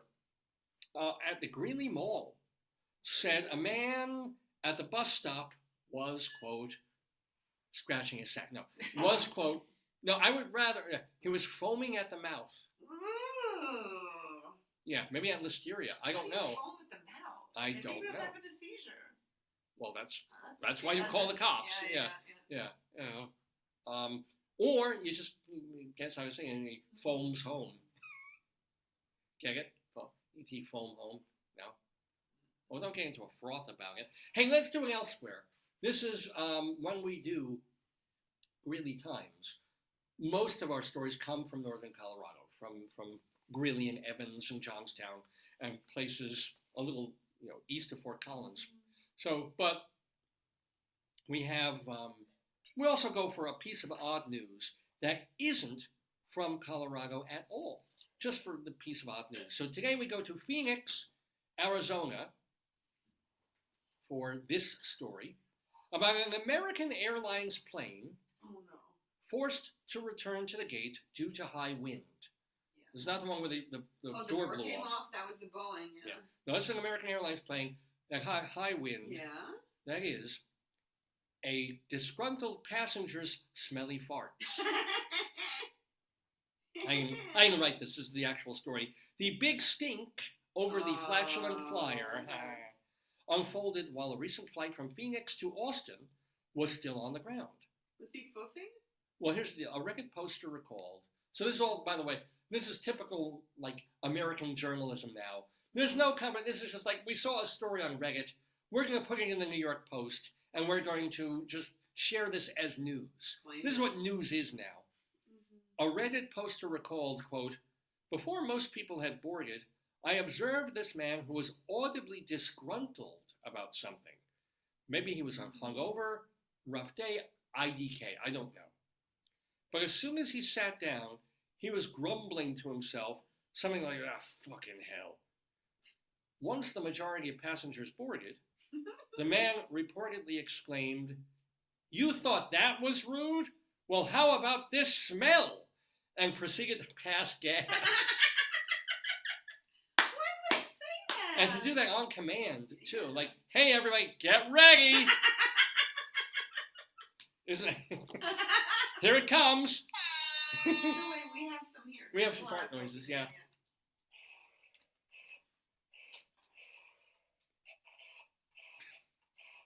Here's another one.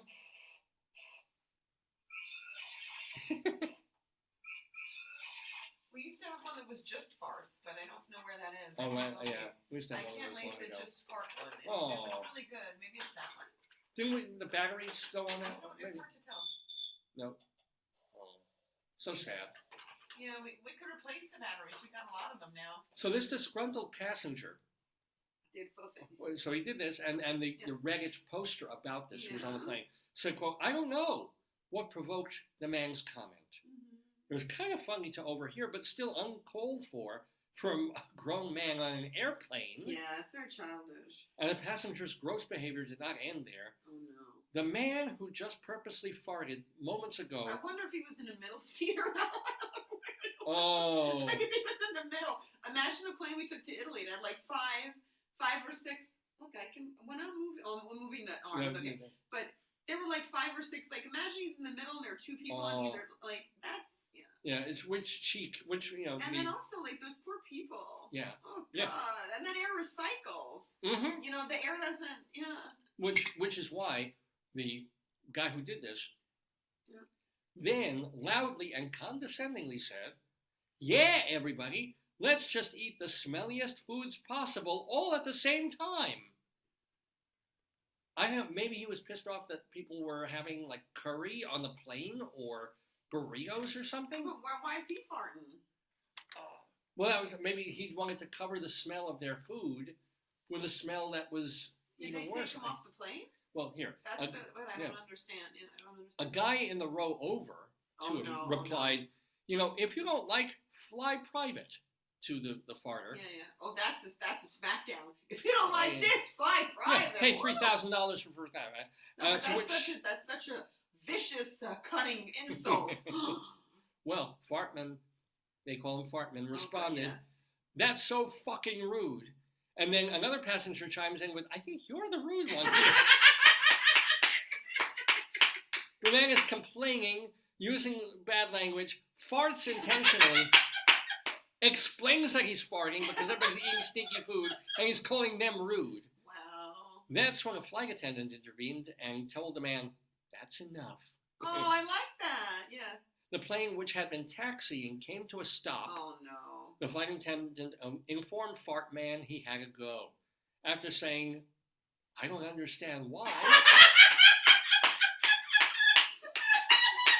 Some people are not self-reflexive about their behavior. I mean, I don't understand Was he why. drunk or on drugs? Like, Oh, he could have been. I mean, It's cups. honestly, like, if you're farting on people and people are insulting you, I mean, Well, no, there are times you cannot help but fart on I'm a gonna bus look or it a up. plane. Fart man, he's called. Well, no, that's just the regular thing for him. But Okay. you fart, American Airlines Arizona, fart.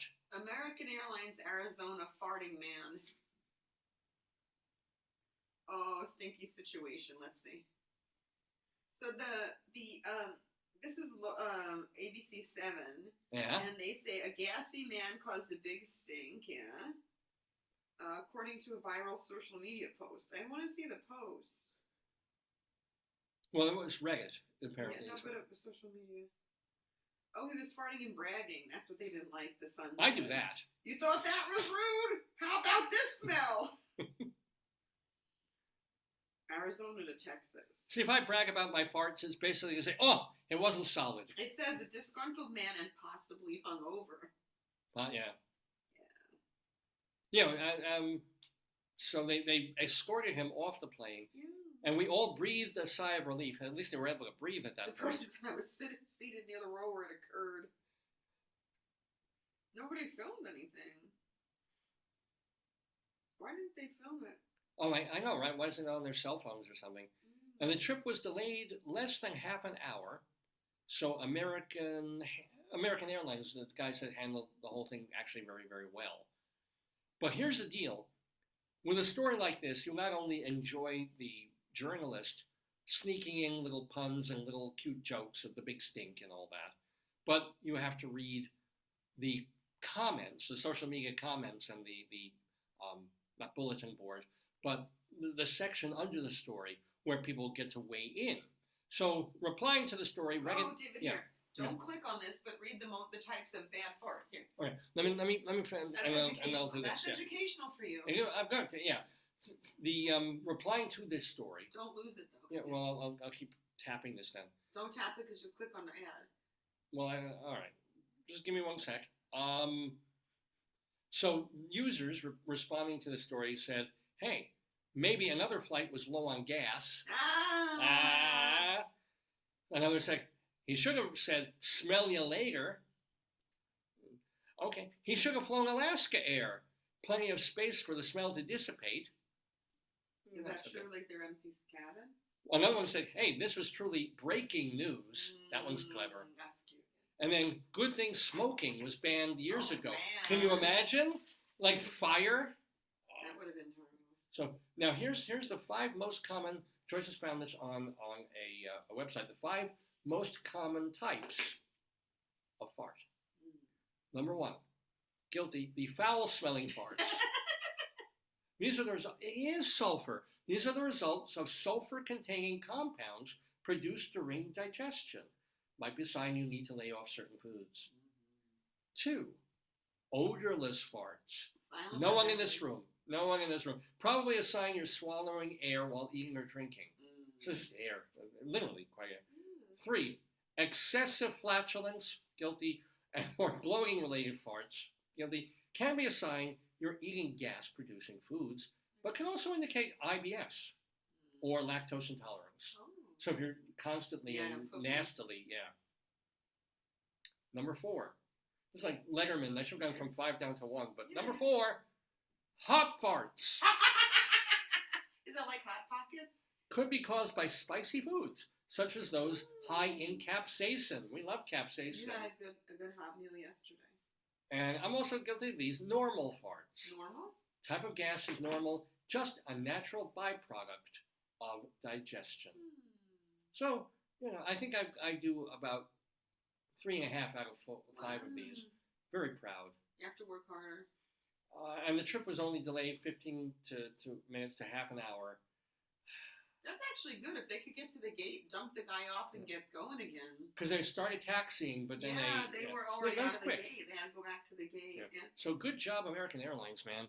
Doing what they do best. Could you imagine, like... And this guy did what he does best, But imagine being that flight attendant, like... And they said that he didn't understand why, and she said, "I'll explain to you when we land." Why are we stopping? Yeah. What did I do?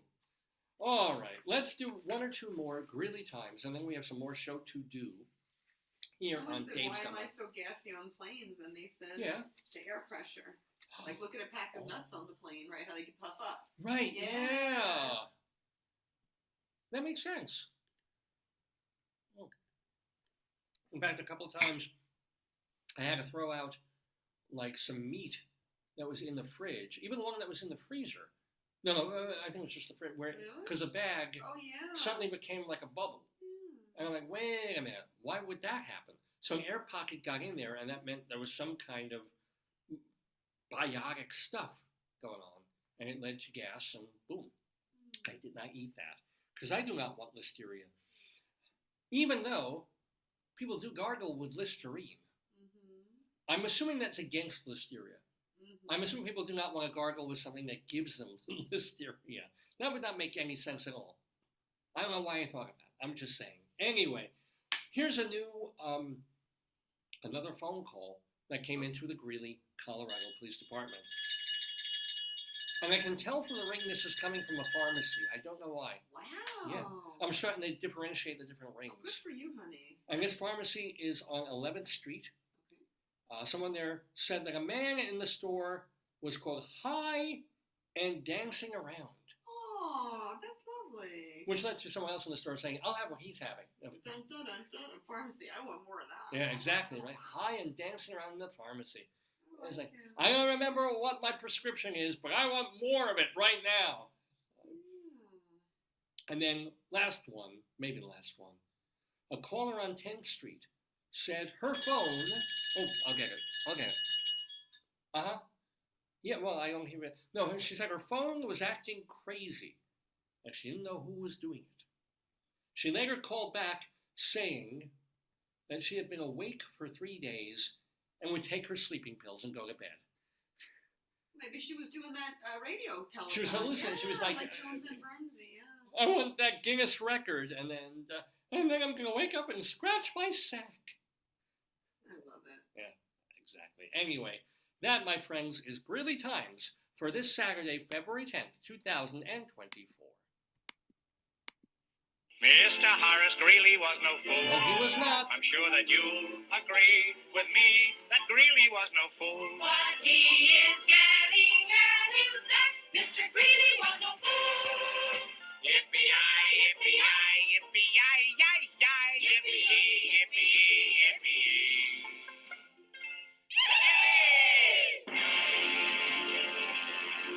All right, ladies and gentlemen, it is like 20 or 25 to 12 Eastern Time here on this Saturday morning, February 10th, 2024. Dave Lefkowitz here with my wonderful wife Joyce doing Dave's Gone By. So we still have our Friends of the Daverhood to go and our Colorado Limerick of the Damned. But also, as promised, we're going to be doing this little segment where about an hour or so ago, Joyce dipped into this book. It's the Merriam-Webster Collegiate Dictionary from just a few years back. The copyright isn't so old on this. What is this, 2019?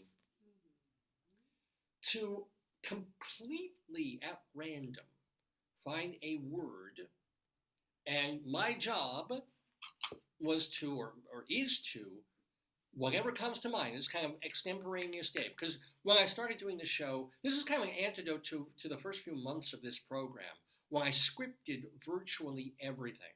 And then I started doing more talking points, and then I just started having some notes and like a running order of the show, and running off at the mouth otherwise. So this was really an idea of like, you know what, Dave? You've been doing this for a while, and you're a reasonably quick person on the uptake. Gonna throw something at you like improv, and just whatever that word brings to mind. It could be a story from my childhood. It could just be something that pops into my head. It can be something that's kind of related but isn't. Whatever it is, take about 5 minutes or so and talk about that word. So earlier in this program, Joyce flipped through. I said stop at a random moment, and her finger landed on a fish. It's an unusual one. Yeah. And no, she hasn't become a lesbian. Her finger actually landed on a fish called, very common one, called the trout. It's a fish with sharp teeth, and any of various mostly freshwater food and game fishes, usually smaller than their related salmons. And this is a picture of a trout. So now, my job, and I choose to accept it, is to talk extemporaneously about trout on Dave's Big Dictionary.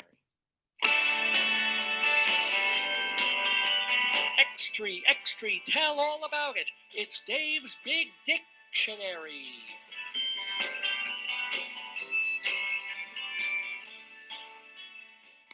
So, a lot of times it's like first thought, best thought. So I'm going to talk about the first thing that came into my head. Turn this off so battery doesn't run down. Into my head wasn't about necessarily trout the fish at all, or we mentioned earlier that last night I was thinking of having fish for dinner, but trout wasn't really one that came up. But actually the thing that did immediately enter my head and completely unexpected, unrelated, while I was grading and getting slides ready last night for school, I was listening to various music, as I do on YouTube. I bring up all sorts of things. So I was listening to Bill Evans, who is this jazz guy, and Chris Gow is right. He's kind of boring. It's very nice, like background elevator-y music, but it's just a little. And I don't like free jazz and bebop and hip hop and Ornette Coleman. I like mellow jazz. I like Errol Garner. I like some Miles Davis. I like Benny Goodman. So I'm listening to Bill Evans, and I said, "Oh, this is really nice." And then after about a minute of it, I've completely forgotten, which makes it great background work music. It's wonderful music to write to. But if you really want to hear music, you're like, all right, is this going somewhere? So I'm listening to that, and I listen to some other things. And I put on some Captain Beefheart. And then I immediately, after listening to one song from Shiny Beast Bat Chain Puller, I pull up another on YouTube, and it's invariably from one of the greatest albums ever made, produced by Captain Beefheart's friend and colleague Frank Zappa. It's one of the most iconic recordings with one of the most iconic album covers ever. Actually, hon, can you do me a favor on your phone? Because if you've never seen it, people need to see it. Okay. It's the Captain Beefheart album, not his debut, Safe as Milk or Strictly Personal, but it's like his second or third record. What is it called? Trout Mask Replica. Image of trout mask replica. Oh. Yeah. Once you've seen this album cover, you essentially never forget it. It's both forbidding and in some ways mesmeric and hypnotic. This is the cover of Trout Mask Replica. Captain Beefheart with his hat, the fish face, the hand. It's supposed to. It's supposed to be disturbing and yet somehow incredibly fascinating. And I would love to see the photo shoots. What if there were others? I hope not. But you don't like it? No, not at all. Because he's wearing an amazing inflatable trout mask. It just is very disturbing. With an air hole atomizer. So I'll tell the story of Trout Mask Replica for me. A friend of mine, a close friend of mine back in the day, had this album because he had a very wide musical taste and he listened to a lot of things. And he couldn't really get into it. But it was just such an intriguing cover. It was a 2-record set, so it was a big thing. Put out on Warner Reprise, but through like the bizarre straight label, I think. And I took it and listened to it, and the first time I couldn't even get through part of side 1. I was like, this is noise. This is unlistenable. Like, what the hell? I couldn't make head or tail of it. It didn't even sound like music when you put it on. It just sounded like a concatenation of things that might not even be instruments, right? Why would they pick that cover just to be... Oh, it's a genius cover.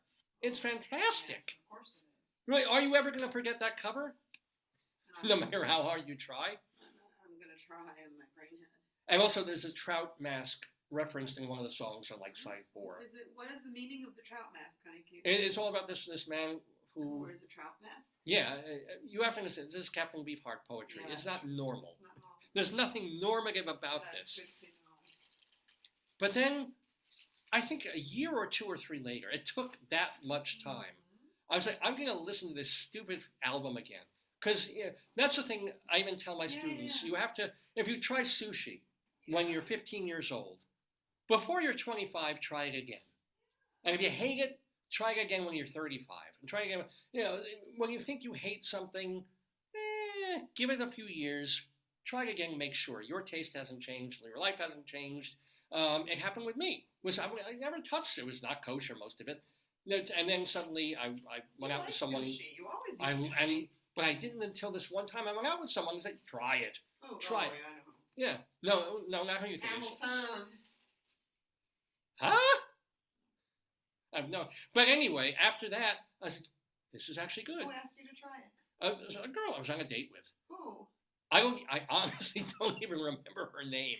We went out for like that, but this person, I'm great. Who were I you don't dating? Tell me remember who you her were name. dating. We went out a couple of times. What's I her don't name? remember her name.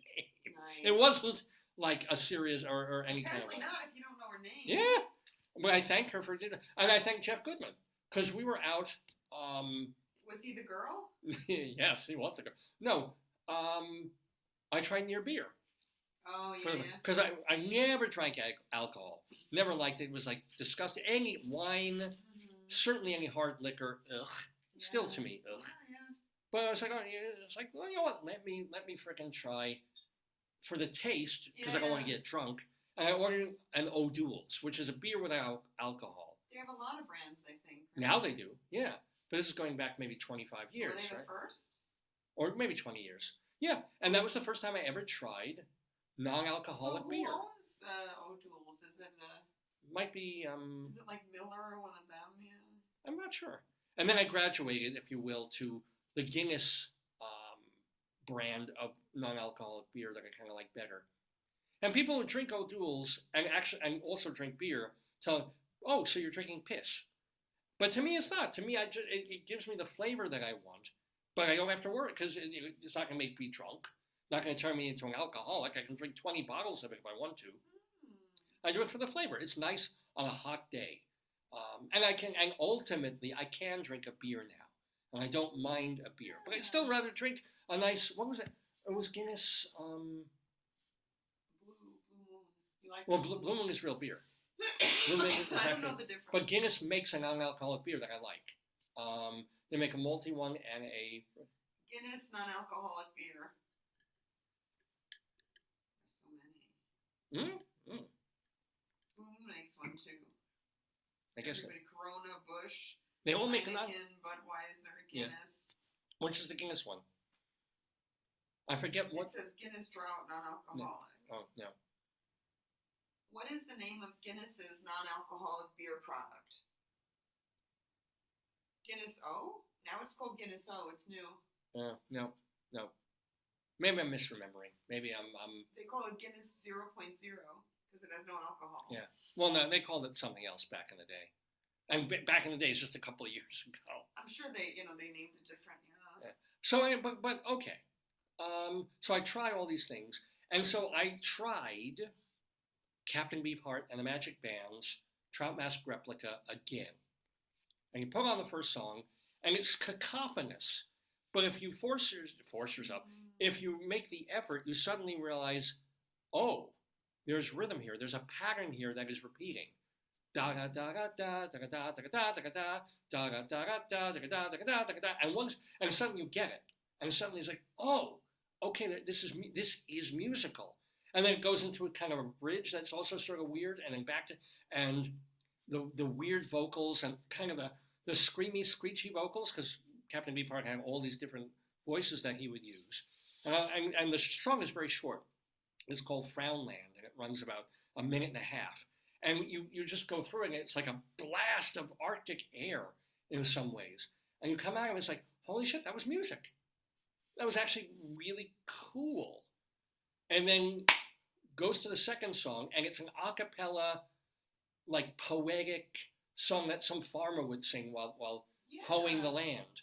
And then after that, a song called Dachau Blues, which is all about, which again, it's very skittery, off balance, not top 10, not top 100 Billboard music. But, and Dachau Blues is this idea of, how to stop the world from having another Holocaust. Right? So I was like, this is interesting. And then a song, Ella Guru, which is kind of catchy.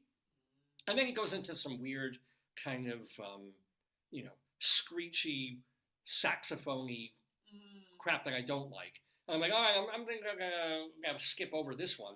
And then it comes to Moonlight on Vermont, not the classic Moonlight on Vermont No, song the from the nice 1940, but and like, holy crap, this could be like, maybe not on Casey Kasem radio, but this belongs to, this is actually great rock blues music. And at that point, I'm like, okay, I'm going to open myself up to this extraordinary album, Trout Mask Replica. And at that point, you discover the Blimp, which is one of the great. It's hard to call these things songs, Yeah, I don't but think it's- song poems of all. It's the Blimp. It's the Blimp. When I see you floating down the gutter, I'll buy you a bottle of wine. What It's does just it have to do with anything? because it's the Blimp. Oh, okay. Oh, Mama. Oh, Mama, don't you dare. Oh, daughter, who cares? It's the Blimp. You have to, it's almost impossible to describe. You have to immerse yourself in it. And you go back and forth from songs that are like pushing the boundary of just skronk noise to songs that are songs, right? And, He never matched it. He tried with his next album was Lick My Decals Off, Baby, that Robert Christgau liked better. Christgau, the veteran critic of the Village Voice. I don't. I think that one gets a little too skronky and is not even remotely as groundbreaking or as fun or as listenable as Trout Mask Replica at its best, which it is about 80 to 90% of the time. It's an extraordinary record. And I can listen to it basically, all 70 minutes of it, beginning to end at this point. If you asked me when I was, 11 years old if I could do that, I was like, I would sooner shoot myself. And it's wonderful to read the comments of people on YouTube about songs on this record and the album itself, because you get the people who got it, who get it, and you want to be friends with them, and you get the people who are like, this is pure absolute noise, and you just want to go and say, give it a chance. Don't just throw the record in the garbage immediately. You've gotta let it marinate. You have to sit with it. You have to do one or two songs and skip around and then come back to them and hear them again. Because otherwise, if you just approach it like it's going to be, I don't know, Dua Lipa or Reba McEntire and a country album or an old Toby Keith record or something like that, it's not gonna happen for you. And for a certain percentage of the population, it will never happen. I've always been something of a music snob and remain so. But us musical snobs, are proud of our snobbishness. And there's something about loving Trout Mask Replica when you can look at another person who understands it. Yeah, it's like finding someone who loves silent movies. Because most people will be like, I can't watch black and white, it's old, it's nothing funny, it's that they're wearing ridiculous clothes and makeup. What the hell is that? People love men with chickens on their ears. Exactly. Well, this is how we find each other. So that's about Trout. That it opened me up to a world of music that I would never have thought was even musical or listened to. Because you look at this cover of this top-hatted man with a trout face, and it's also a record that influenced. Beefheart influenced tremendous amounts of bands. People point to Per Ubu, but it just goes so far beyond that. What bands did Captain Beefheart influence? Critical acclaim, Shiny Beast Bat Chain Puller. That's his second greatest album. Okay, and Ice Cream for the Crow. They said he greatly influenced such groups as Clash and Devo. Devo, I can see Is it. that true? Yeah. Clash, I don't necessarily see. It said Lou Reed, Yoko Ono, John Lennon, even John Lydon. Well, of Sex Pistols, yeah. And that particular article, people who said they were influenced by it, Matt Groening, the guy who created The Simpsons. Tom Waits, David Lynch, P.J. Harvey, John Peel, John Frusciante, Kurt Cobain, and Courtney Love. Yeah, the influence is somehow even greater. And we're being very proud, by the way, to have twice on this program Gary Lucas, who was in one of the later iterations of Captain Beefheart's band and became one of his closest friends toward the end. Yeah. So Don Van Vliet, it is, wow. He died 14 years ago already. Multi-instrumentalist, 13 studio albums between 1967 and 1982. Of course, the story of Trout Mask, the recording of it, is legendary too. He got all these people in like a cabin for weeks on end, these sort of weird, nerdy, outsider hippie people, gave them, they had food and weed, but they were just immersing themselves in his vision and his music for days on end. And he was kind of a weird taskmaster. And then they finally came out of it, and then Zappa was behind the booth and turning this into a four-sided record. And it just turned into something that was greater than the sum of its parts, and the parts themselves are quite extraordinary. It's poetry. And here I am, I'm talking about Trout Mask when my word was trout. So I don't care. That's where it led me on Dave's Big Dictionary, because trout made me think of Trout Mask Replica, which, as I said, just really randomly I've been listening to yesterday, right? I love, if you know this show, you know I love the serendipity, the unexpected, like, I don't believe in psychics, I don't believe in any of that, but there are weird things where, you know the thing where you think about someone you haven't thought about in 3 years and the next day they call, right? It's kind of like, oh my God, I was listening to Trout Mask and trout came up. As trout will when they're looking for worms or a little bit of sunshine. Anyway, that is Dave's Big Dictionary for this Saturday, February 10th, 2024. I wish, and believe me, nothing would make me happier than to be on a terrestrial radio station right now where I would play 2 or 3 songs from Captain Beefheart, from Trout Mask Replica, obviously. But even your friends, the Trevor's on. Oh, I need your phone so I can log into your account. Is it in the other room? I think it's charging in the bedroom. Okay, I need to get it. But Trevor, it has the thing now that says all the stuff he plays is not owned by the rights of the station, and they're playing it, and they're not. It's just for enjoyment, not for commercial use. I've never seen that before. I think when I set up my YouTube account, I don't know what Facebook's rules are. I made it so, like, in the vain hope that I would make money from this show, in the vain feeling that millions of people would be listening every week as they did to Stern back in the day, then I would monetize. I said, oh, I got 50,000 listeners on Sunday. Send me $2. Hasn't worked like that. And of course the problem is if you monetize, at that point, the artists expect a cut. And I was doing this show partially as a DJ show. All those years I was at the radio station and then at the college radio. So I got hit both ways. Yeah. Mary said, I can't speak on whatever you did to me in Mary acupuncture. P. I'm relaxed. Yeah. Mary, she's SP. Mary SP. She said, love your funny videos. Thank you, David and Joyce. You're welcome. You're welcome. And then she put all. Look at the symbol. She exceeded her emoji stuff. Yeah. Well, thank you, Mary. Thank you so much. So, but yeah, I mean, it's like, so it makes me sad that I cannot say, here's Captain Beefheart, give a listen. The shirt you used to advertise the show is you wearing my gym my gym, what do you call that? Oh, your jacket, gym jacket. My gym jacket. Yeah. And then you use that. That was just to show you how you looked in the jacket. Yeah, but that's a nice shot, isn't it? Oh my goodness, it's lovely, but I've never seen. You got a lot of likes, yeah. Yeah. Ooh, wait, there's the. Do I have any hot Asian women who want to be my friend? No, a lot of people shared your post. Good. Yeah, Good. people, Thank you. Yeah. Whoa. What? The people who reacted are Mark. I can't say his last name. Judy, Tony, Iris, Becca, Myrna, Janelle.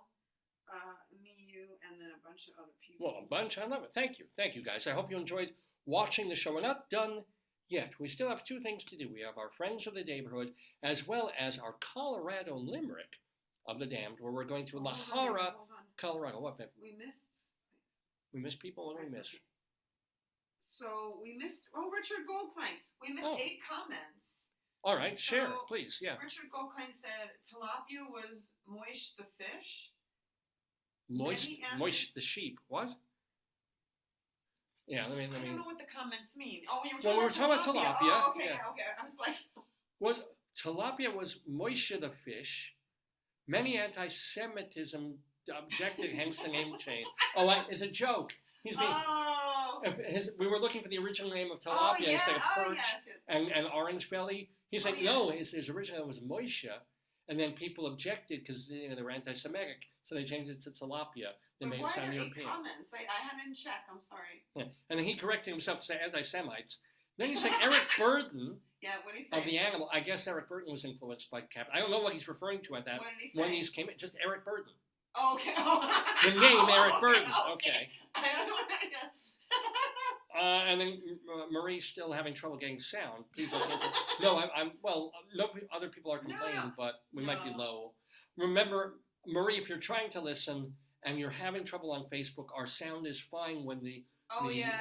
um, She likes videos. to listen live. We'll figure it out. Maybe we need to do a Zoom with her. wishing us a happy. No, I don't think it's her. I mean, there are times when I'll listen back to the Facebook video, and it'll be the volume will go clunk Is the volume up on your computer? all the way up. It's all the way up. So I don't know what it is. We can Maybe put a microphone in. We can investigate Yeah. that. We can investigate that. But whatever's being recorded is fine. It's whatever goes out and is saved on Facebook or comes out on Facebook. The volume is. I don't has understand issues. it. Who? Anybody else? It's not just Marie. No, I know, but yeah. oh, I'm sorry. That's the. Anywho. So we might as well say Marie and Richie were both people who've been on the show. Marie is a theater critic. Richard Goldklang Yeah. was in a band, Marie and he in was a Florida? computer IT. Yeah, Marie's been in Florida for years. So they are friends of the Daverhood. They are people who have been on this program in months or years past. And we like to keep tabs on our friends. We like to let you know what they have been up to since they've been with us in the Daverhood. So here we are live on this Saturday afternoon now, 12 o'clock noon, here in the Daverhood with me, Dave Lefkowitz, my darling wife Joyce, on this February 10th, 2024. Let's check in on the friends of the Daverhood.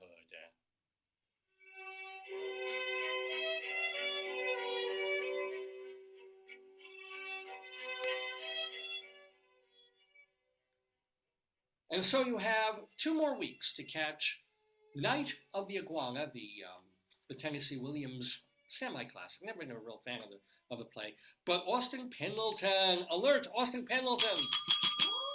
He's directing this with our other friend, Daphne Rubin Vega. Maybe I should use this as our friend alert button. I'll try it.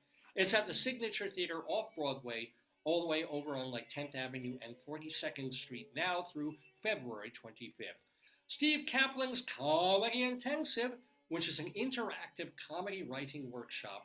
Find out more at kaplancomedy.com. It's running the current iteration. He does like 4 or 5 times a year. This one is happening now through March 2nd. Jessica Molaski is appearing in The Connector. It's a Jason Robert Brown musical that is being done by Manhattan Class Company off-Broadway, and they've just extended it. It's now running through the middle of March. Want to remind you that Lilius White is in Hadestown on Broadway at the Walter Kerr Theater. Aladdin has music by our friend Alan Menken over at the New Amsterdam Theater on Broadway, and his Little Shop of Horrors is playing at the West Side Theater off-Broadway. So lots of Alan Menken music to be heard. Seth Bisson-Hirsch does his talent showcase at Don't Tell Mama on Tuesday evenings, whereas on Tuesday evenings at Birdland, you've got Eric Comstock and Barbara Fasano doing They've been doing that for how many? 13, 14 wow, years. yeah. And then every Tuesday, 5:30, go see them. Speaking of Birdland, Vince Giordano and the Nighthawks, they're there for 2 shows on Monday evenings.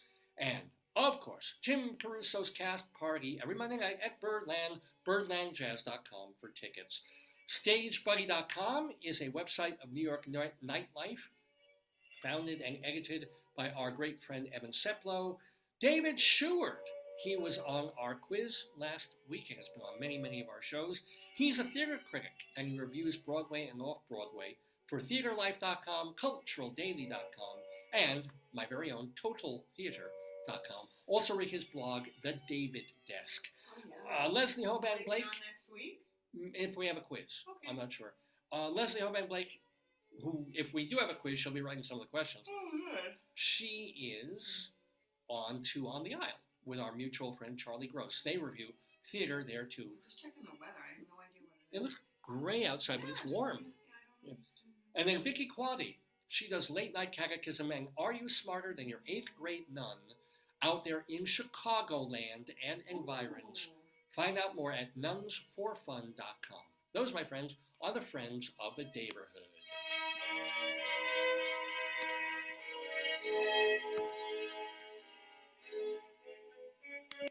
How's the weather looking? I was supposed to check in about Oh, okay.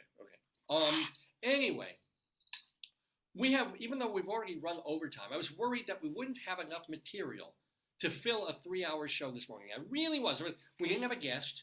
We didn't do the quiz, right? Didn't have a wretched pun of destiny.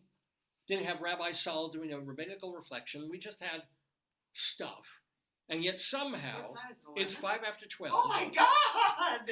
David, last time I looked, it was 11. I thought when I made the tea. Yeah. I was hungry. I ate an apple because it's lunch. That's why Yes, why it's am I lunch. hungry at 10:30? Yeah, it's Because lunch. it's not 10:30. Right. Yeah. Maybe, David, I don't want to really alarm you, but do you feel like some little chicken or chick is whispering things in your ear? Oh, let me see. What are you thinking?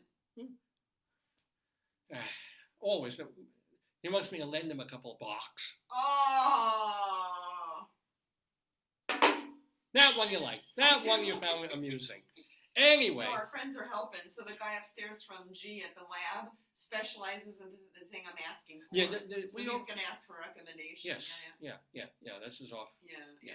Well, No, there's a that's why I colleague wrote who back. is not well. No, that's why I wrote back Yeah. because G wrote back and said, I have a friend who has a lab who specializes and I'll ask That's if they fine. have any recommendations.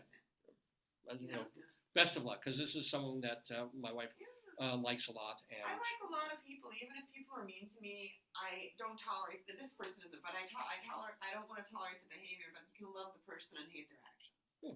But that's how I feel about do- John Wayne Gacy. Yeah. I love you. I think you look in that shirt. You look like a little doll baby. You're so handsome.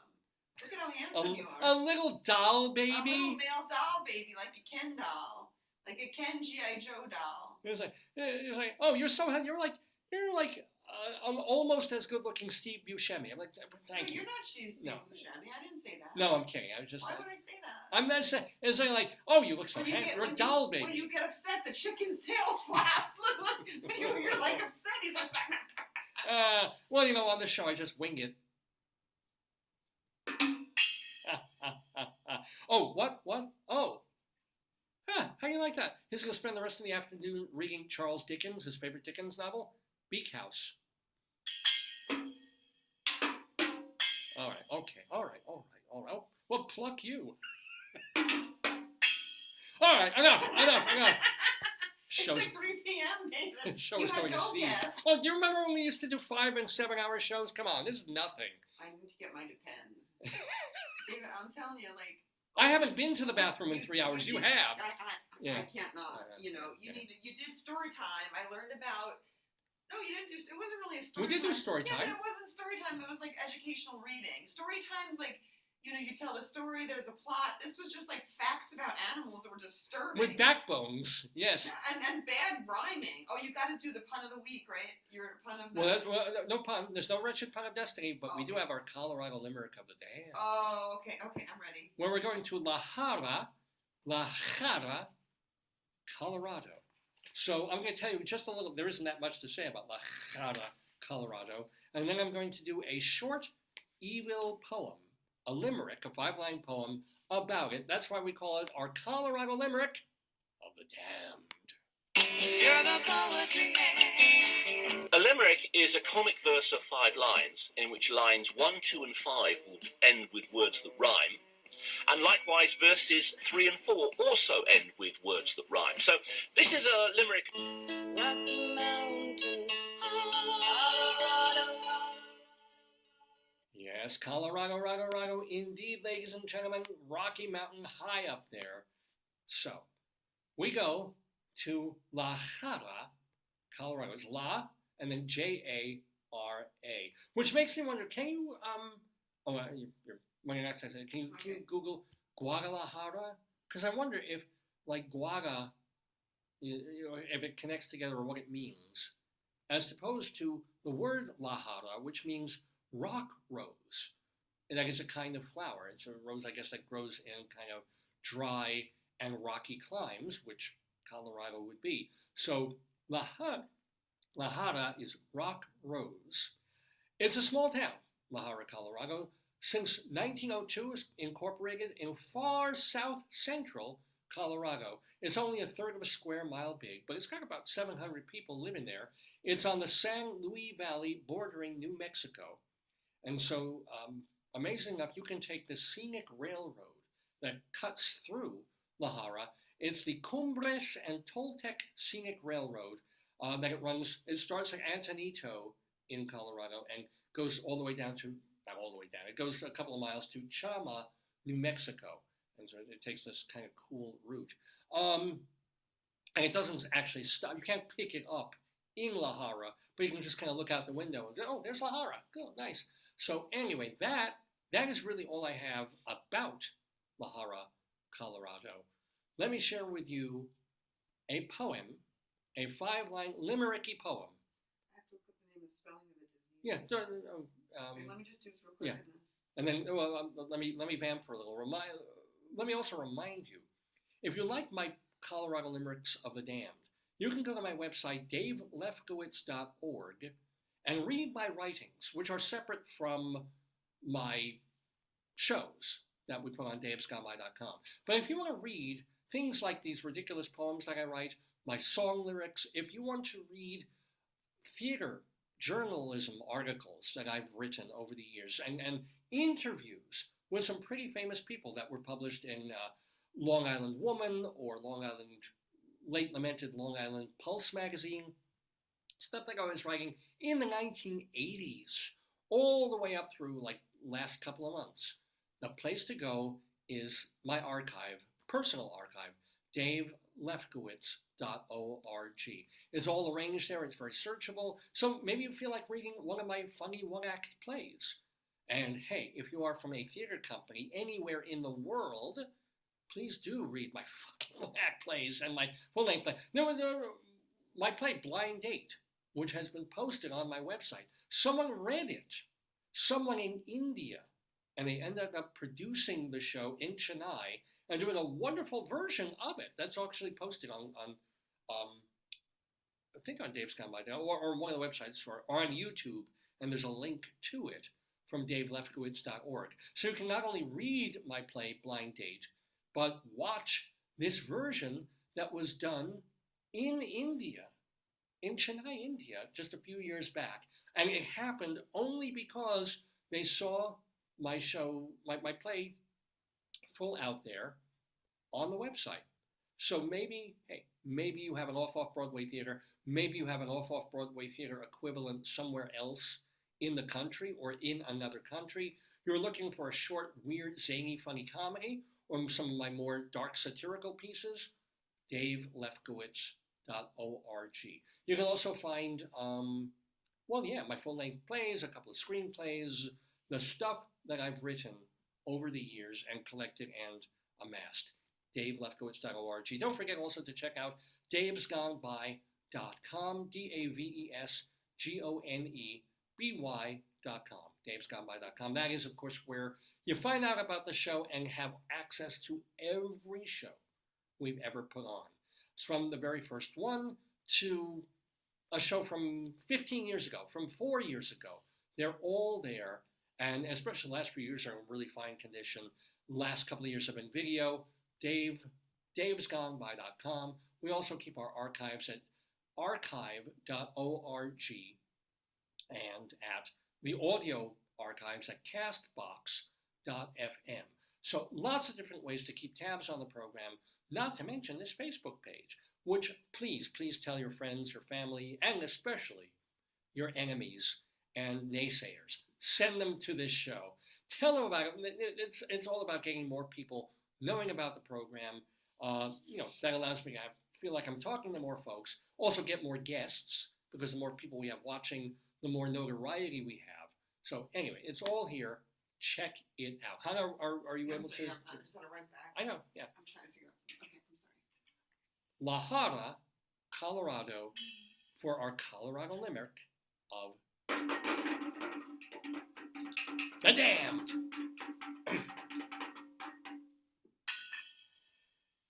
When I had a house in La Jara, my neighbor would keep what he'd borrow. It wasn't quite stealing, but I got the feeling that he was a schmuck and a schnorrer. I was thinking of having Rabbi Saul do that one. It's not as dirty as, schmuck is a dirty, schmuck does mean you know what, but yeah, but schnorrer is not. I mean, they use that in animal crackers.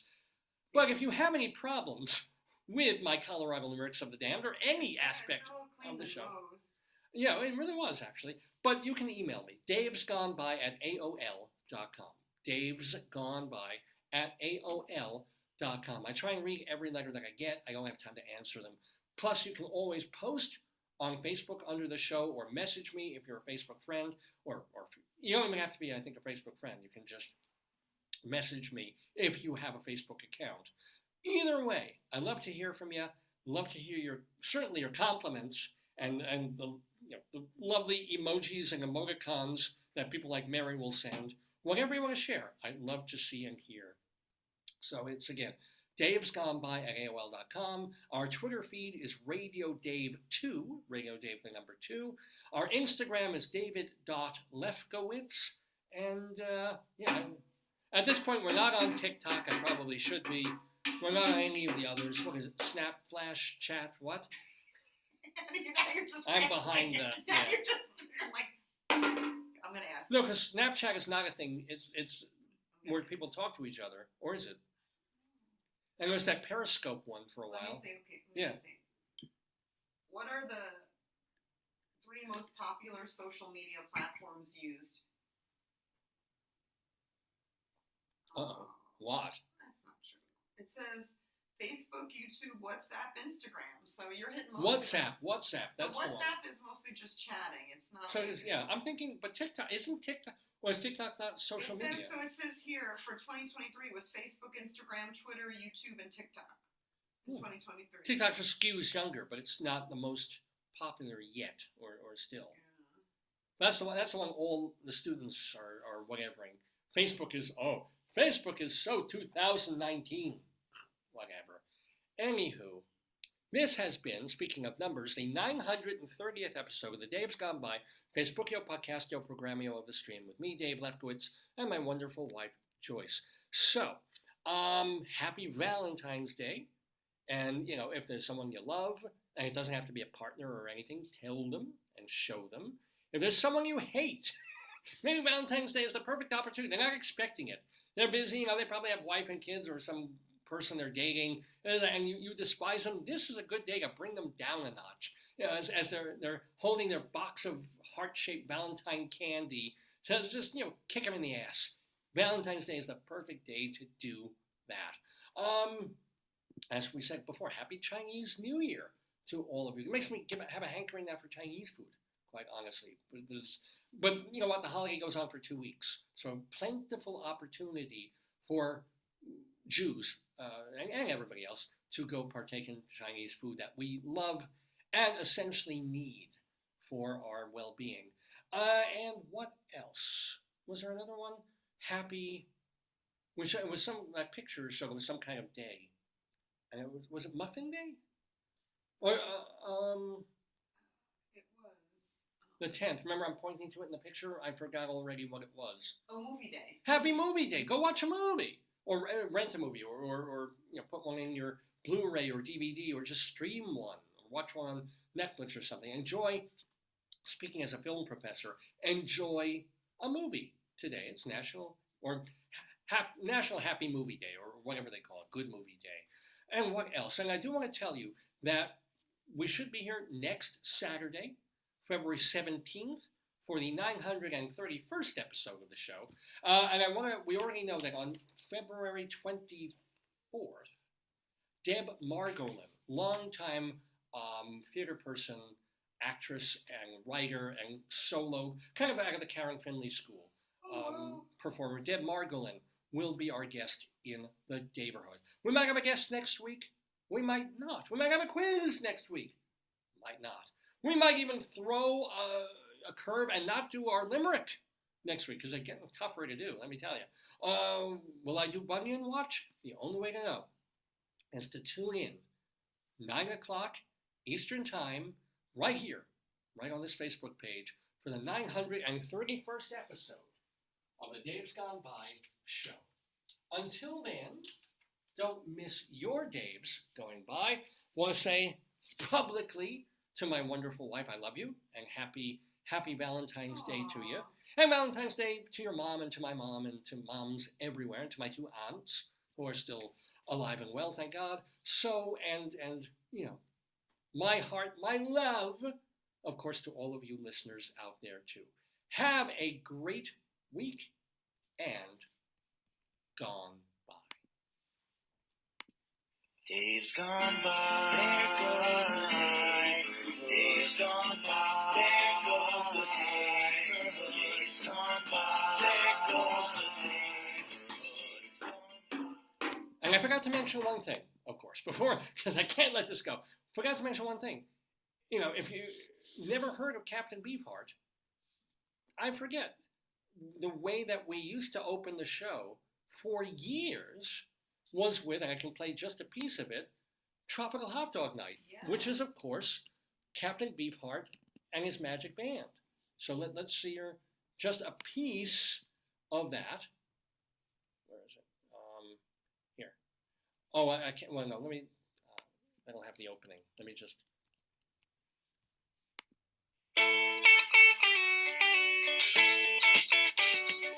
That sounds a little fast, but if you remember our theme song that we used from the very first show onward, and we still do, we just never play the theme music anymore, that's Captain Beefheart. It's just not from Trout Mask Replica. Give it a listen. I'm telling you, try, and if you despise it, force yourself to listen again. Put it aside for 2 weeks and then come back to it. And then, my friends, and... Just like Costco cheese.